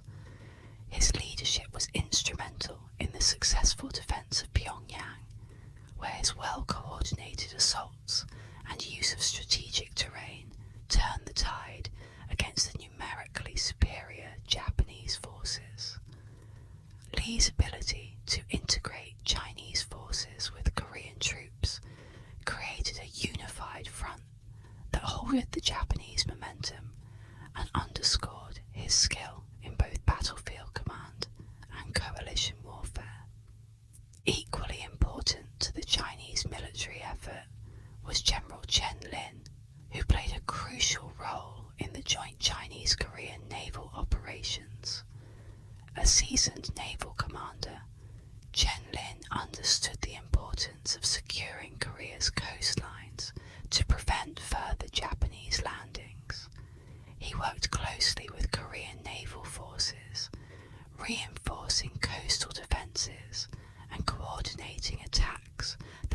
disrupted Japanese supply lines. Chen's efforts were particularly notable during key battles where his experience and tactical decisions helped maintain a united front against the Japanese fleet. By working in tandem with Korean admirals, Chen Lin not only bolstered the morale of the Allied forces, but also demonstrated the effectiveness of international military cooperation in the face of a common enemy. Beyond the military sphere, a cadre of Chinese officials and diplomats also played significant roles in the Imjin War, managing the delicate balance between war and peace. Civil officials were crucial in negotiating terms of peace during the war's more stagnant periods and ensuring the logistical support necessary to sustain the Chinese military presence in Korea. Their contributions were not limited to the battlefield. They were also instrumental in maintaining Chinese influence in Korea through adept wartime diplomacy. These diplomats navigated the complexities of alliance politics, ensuring that the Ming Dynasty remained a pivotal force in the region's geopolitics, even amidst the chaos of war. While Chinese generals and officials left a lasting imprint on the conflict, the Imjin War also saw the emergence of numerous other Korean and Japanese figures whose actions and decisions would shape the course of history in their respective nations. Beyond the towering figures of Admiral Yi Sun-sin and Toyotomi Hideyoshi, the Imjin War was shaped by a host of other notable leaders whose courage and strategic prowess left an indelible mark on the conflict. Among the Korean defenders, General Kwon Yul emerged as a key figure, renowned for his exceptional leadership in defending the Korean peninsula against relentless Japanese assaults. His decisive victory at the Battle of Hangzhou remains a testament to his tactical genius, where his clever use of terrain and defensive fortifications turned the tide against a numerically superior Japanese force. Kwon Yul's ability to inspire and coordinate with local militias was pivotal, harnessing the power of grassroots resistance to strengthen Korea's defense and inflict substantial losses on the invading forces. Equally vital to the Korean effort was General Kim Si-min, whose defense of Jinju Fortress became legendary. Despite being heavily outnumbered, Kim Si-min displayed remarkable resilience and ingenuity, utilizing limited resources to mount a fierce defense that held off the Japanese attackers for days.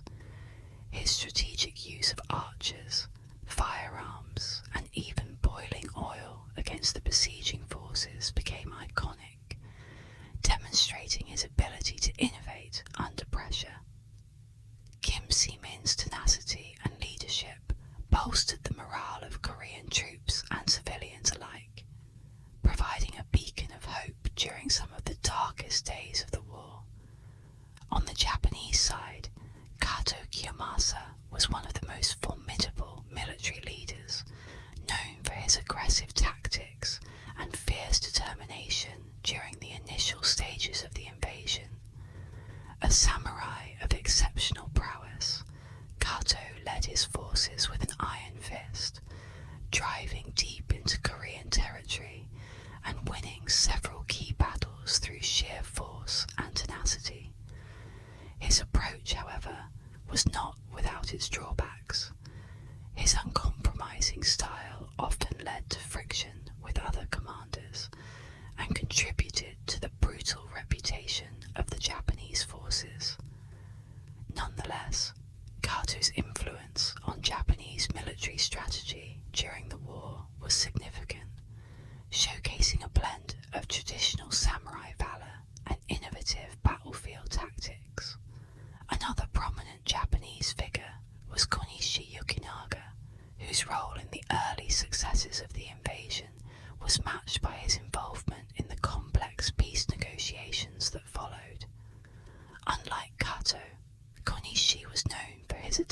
agility and strategic thinking, able to navigate the shifting tides of war with both military and diplomatic acumen. His ability to switch between leading his troops in battle and negotiating with Korean and Chinese officials demonstrated a versatility that was rare among his contemporaries, reflecting the broader Japanese strategy of both conquest and diplomacy. While these leaders each left their mark on the Imjin War, the conflict's true legacy lies in the lessons learned and the enduring impact on the region's history and culture, which continue to resonate long after the last battle was fought. The Imjin War stands as one of the most transformative conflicts in East Asian history, marked by a series of dramatic events that reshaped the region's political and cultural landscape. The war began with a swift and aggressive Japanese invasion in 1592, led by Toyotomi Hideyoshi, whose forces achieved rapid success in the early stages of the campaign. Major Korean cities, including Seoul and Pyongyang, fell quickly to the advancing Japanese army, which overwhelmed local defences with a combination of disciplined infantry and innovative tactics. Early victories, such as the Siege of Busan and the Battle of Imjin River, set a formidable tone for the invaders, leaving Korea in a state of shock and disarray as its leaders scrambled to mount an effective resistance. However, the initial Japanese onslaught soon gave way to a prolonged and grueling stalemate. Several factors contributed to this shift in momentum. Logistical challenges hampered the Japanese supply lines. Korean forces adapted with guerrilla tactics that disrupted enemy operations. And most critically, Ming China intervened to support its Korean allies. This intervention turned the tide of the war, with Chinese and Korean forces working together to repel the Japanese advances. Diplomatic efforts also played a role in shifting the dynamics, as both sides engaged in negotiations and internal reforms aimed at sustaining their war efforts. The result was a hard-fought stalemate that lasted for years, draining the resources and morale of all parties involved. Renewed hostilities broke out with the Second Japanese invasion in 1597, which sought to reassert control over Korea. This phase of the war was characterized by fierce naval and land battles, including the Battle of Chilchonrang, where the Japanese temporarily regained the upper hand at sea, and the legendary Battle of Myeongnyang, where Admiral Yi Sun-sin's outnumbered fleet achieved a miraculous victory against overwhelming odds. Despite these renewed efforts, the death of Toyotomi Hideyoshi in 1598 led to a rapid decline in Japanese resolve. With their leader gone and internal power struggles emerging, the Japanese forces withdrew, effectively bringing the conflict to a close and allowing Korea and China to reclaim their territories. The significance of these events cannot be overstated, as they shaped the strategies, morale, and ultimate outcomes of the war. Key battles, particularly at sea, were crucial in determining the conflict's direction. The successful joint operations between Chinese and Korean forces showcased the power of alliances and the strategic importance of naval warfare in controlling the Korean peninsula. Decisive victories, like the Battle of Myeongnyang, not only halted the Japanese advance, but also boosted the morale of the Korean and Chinese forces, demonstrating the value of resilience and strategic ingenuity in warfare. Beyond the immediate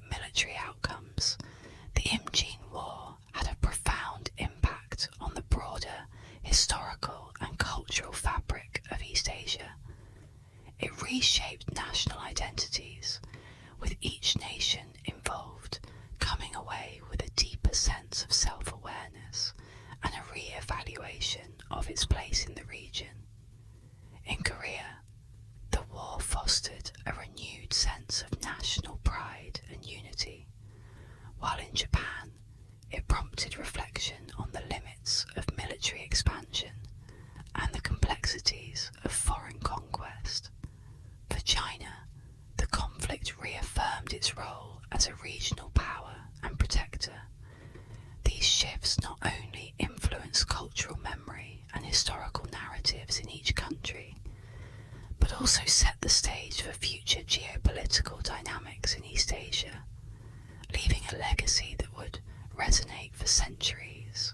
Reflecting on the legacy of the Imjin War, it becomes clear that its impact extended far beyond the battlefield, influencing the cultural and political trajectories of Korea, Japan, and China in ways that continue to shape the region today.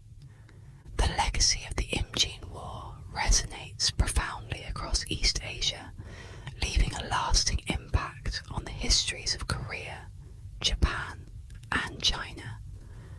For Korea, the war was a crucible that forged a stronger sense of cultural and national identity. The invasion by a foreign power united Koreans across social and regional divides, fostering a deep sense of solidarity and national pride. Figures like Admiral Yi Sun-sin became immortalized as symbols of resilience and patriotism. His victories at sea celebrated not just as military successes, but as embodiments of the Korean spirit. The war's brutal trials and the heroic defense against the invaders solidified a narrative of resistance and survival that continues to be a cornerstone of Korean identity to this day. Politically and militarily, the Imjin War prompted significant reforms in Korea. The shock of the invasion exposed vulnerabilities in the kingdom's governance and military organization, leading to a comprehensive overhaul aimed at preventing future threats. This included strengthening the military's capabilities, fortifying coastal defences, and restructuring the government to ensure a quicker and more effective response to any future crises. The war underscored the necessity of readiness and strategic foresight, spurring the development of a more fortified Korean state that was vigilant in safeguarding its sovereignty. In Japan, the consequences of the Imjin War were equally transformative, catalyzing a shift in political power and altering the course of Japanese history.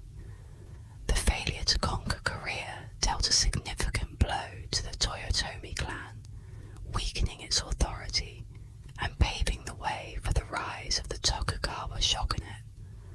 The war's conclusion marked the end of Japan's ambitions for overseas expansion under Toyotomi Hideyoshi, and the lessons learned from the costly conflict contributed to a more inward-looking stance that eventually led to the policy of sakoku, or national isolation. This period of isolation allowed Japan to consolidate internally, fostering a stable society under Tokugawa rule, but also marking a retreat from the aggressive militarism that had characterized the late 16th century. Militarily, the Imjin War served as a hard lesson for Japan, reshaping its approach to conflict and strategy. The logistical challenges, the unexpected resilience of the Korean and Chinese forces, and the ultimate failure to maintain a prolonged campaign taught Japanese leaders the importance of preparation, supply chains, and realistic military objectives. These lessons influenced Japan's future military doctrines, emphasizing the need for better organization and strategic planning in any potential future conflicts. While the ambition for territorial expansion did not disappear, the approach became more measured, with a greater emphasis on sustainable and achievable goals. For China, the Imjin War reinforced its status as a dominant regional power and protector of Korea. The successful intervention in the conflict not only bolstered China's influence over the Korean peninsula, but also reaffirmed its role as the leading power in East Asia. This position of strength enabled China to maintain a buffer zone against potential threats from Japan and to project its influence further across the region. The war's outcomes strengthened China's foreign policy stance, emphasizing the importance of military readiness and regional alliances to safeguard its interests. However, the war also had a darker legacy for China, marking the beginning of the Ming Dynasty's decline. The financial and military toll of the conflict placed an enormous strain on the Ming government, depleting its resources and weakening its capacity to deal with internal and external challenges. The war exposed the cracks in the Ming administration, setting the stage for the internal strife and external pressures that would ultimately contribute to the dynasty's fall. The Imjin War, while showcasing China's strength, also underscored the vulnerabilities that would be exploited in the years to come. The Imjin War offers several enduring lessons that remain relevant even in contemporary times. From a military and strategic perspective, the conflict highlighted the critical importance of adaptability, logistics, and coalition building in warfare. The ability of the Korean and Chinese forces to adapt to the changing dynamics of the battlefield and to work together against a common enemy proved decisive in thwarting the Japanese invasion. Furthermore, the war underscored the need for naval power and technological innovation, as demonstrated by the significant role of naval battles and innovations like the Korean turtle ship in determining the conflict's outcome. Culturally and diplomatically, the Imjin War's legacy serves as a reminder of the enduring impact of cultural memory and historical narratives on national identity. The stories of heroism, sacrifice, and resilience that emerged from the war have continued to shape the collective consciousness of Korea, Japan, and China, influencing how these nations view themselves and each other. Additionally, the war illustrates the importance of diplomacy, mutual understanding, and conflict resolution in maintaining regional stability. The eventual peace negotiations, although fraught with difficulty, underscored the necessity of dialogue and compromise in resolving conflicts and preventing future wars.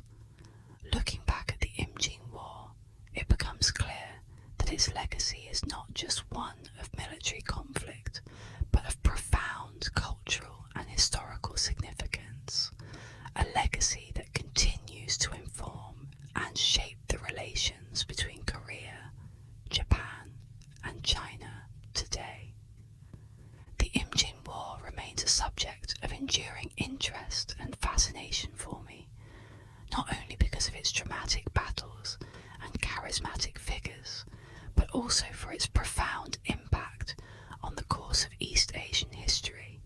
As a major conflict that shaped the trajectory of Korea, Japan, and China, the war presents a rich tapestry of strategies, political maneuvers, and cultural shifts that continue to captivate historians and military scholars.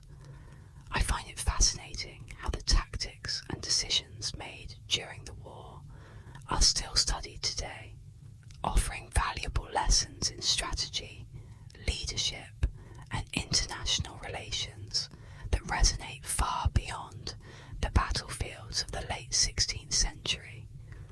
Culturally, the legacy of the Imjin War is equally significant.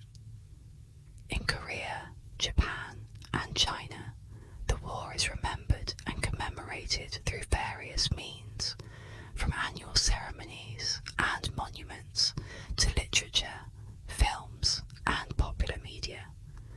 These portrayals keep the memory of the conflict alive, influencing national narratives and cultural identities across generations. The war's stories of heroism, sacrifice, and resilience are woven into the cultural fabric of each nation, contributing to its lasting legacy and ensuring that the lessons of the past remain relevant today. When I compare the Imjin War to other significant conflicts in world history, it stands out for its unique blend of naval and land warfare, its international dimensions, and the enduring cultural impact it had on the countries involved. I believe that the study of the Imjin War is far from complete, and there is so much more to be gained from ongoing research and dialogue. Continued historical inquiry is vital for uncovering new perspectives on the conflict, revealing the complexities and nuances that have been overlooked or misunderstood. I encourage international dialogue and academic exchange to deepen our understanding of the war, fostering a more comprehensive and balanced view of its causes, consequences, and legacy.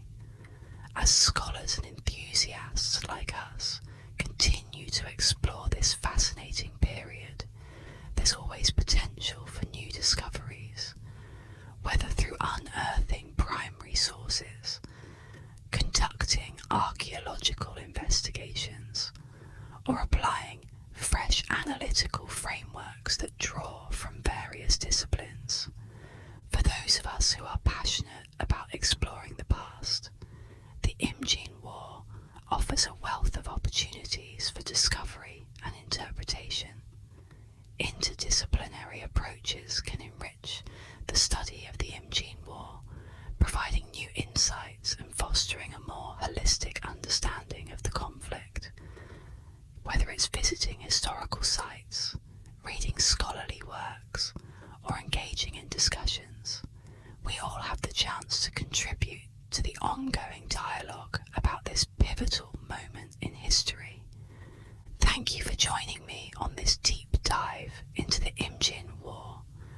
If you enjoyed this exploration and want to continue uncovering the fascinating stories of history, don't forget to like, comment, and subscribe to the ASMR History Hub. Your support helps me bring more captivating content to history enthusiasts like you. Share your thoughts in the comments below, and let's keep the conversation going. As a final thought, I hope wherever you are safe and happy. The world is crazy out